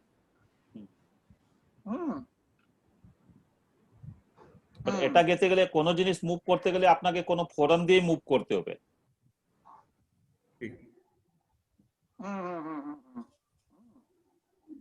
তো আজকে আমার তো মনে হয় খুব ভালো মিটিং হয়েছে। এর আগে সুনীল বাবুরা আরামবাগের সঙ্গে একটা মিটিং করেছে। এখন মানে এই ধরনের জিনিসটা আমাদের দিক থেকেও অনেকটা উপকারী হলো। আমাদের তো প্রায় আজকে 17 জন মতো তো অ্যাটেন্ড করেছে দেখছি। হ্যাঁ 20 জন ছিল আগে, তারপরে কম বেশি হয়েছে। হ্যাঁ তাহলে খুব ভালো, আউট অফ 25 অলমোস্ট সবই জয়েন করেছে। ভালো। ঠিক আছে, যদি কেউ জয়েন করতে পারেনি এরকম যদি কেউ থাকে, আমি রেকর্ডিংটা হোয়াটসঅ্যাপে তো দিতে পারবো না, একটু হেভি থাকে, আমি মেলে দিয়ে দেবো, আপনারা সার্কুলেট করে দেবেন ঠিক, যদি ঠিক। কেউ জয়েন করতে পারেনি, যারা সেরকম যদি কেউ থাকে। ঠিক। ঠিক আছে, তাহলে আর যদি ঠিক। কিছু না থাকে তাহলে দেখুন অনিল বাবু। হ্যাঁ ঠিক আছে, কনক্লুড করছি তবে। ঠিক আছে, ঠিক ওকে ওকে ঠিক আছে, ওকে অনেক ধন্যবাদ। Thank you. থ্যাংক ইউ, ধন্যবাদ, অনেক ধন্যবাদ। Thank you. Thank you.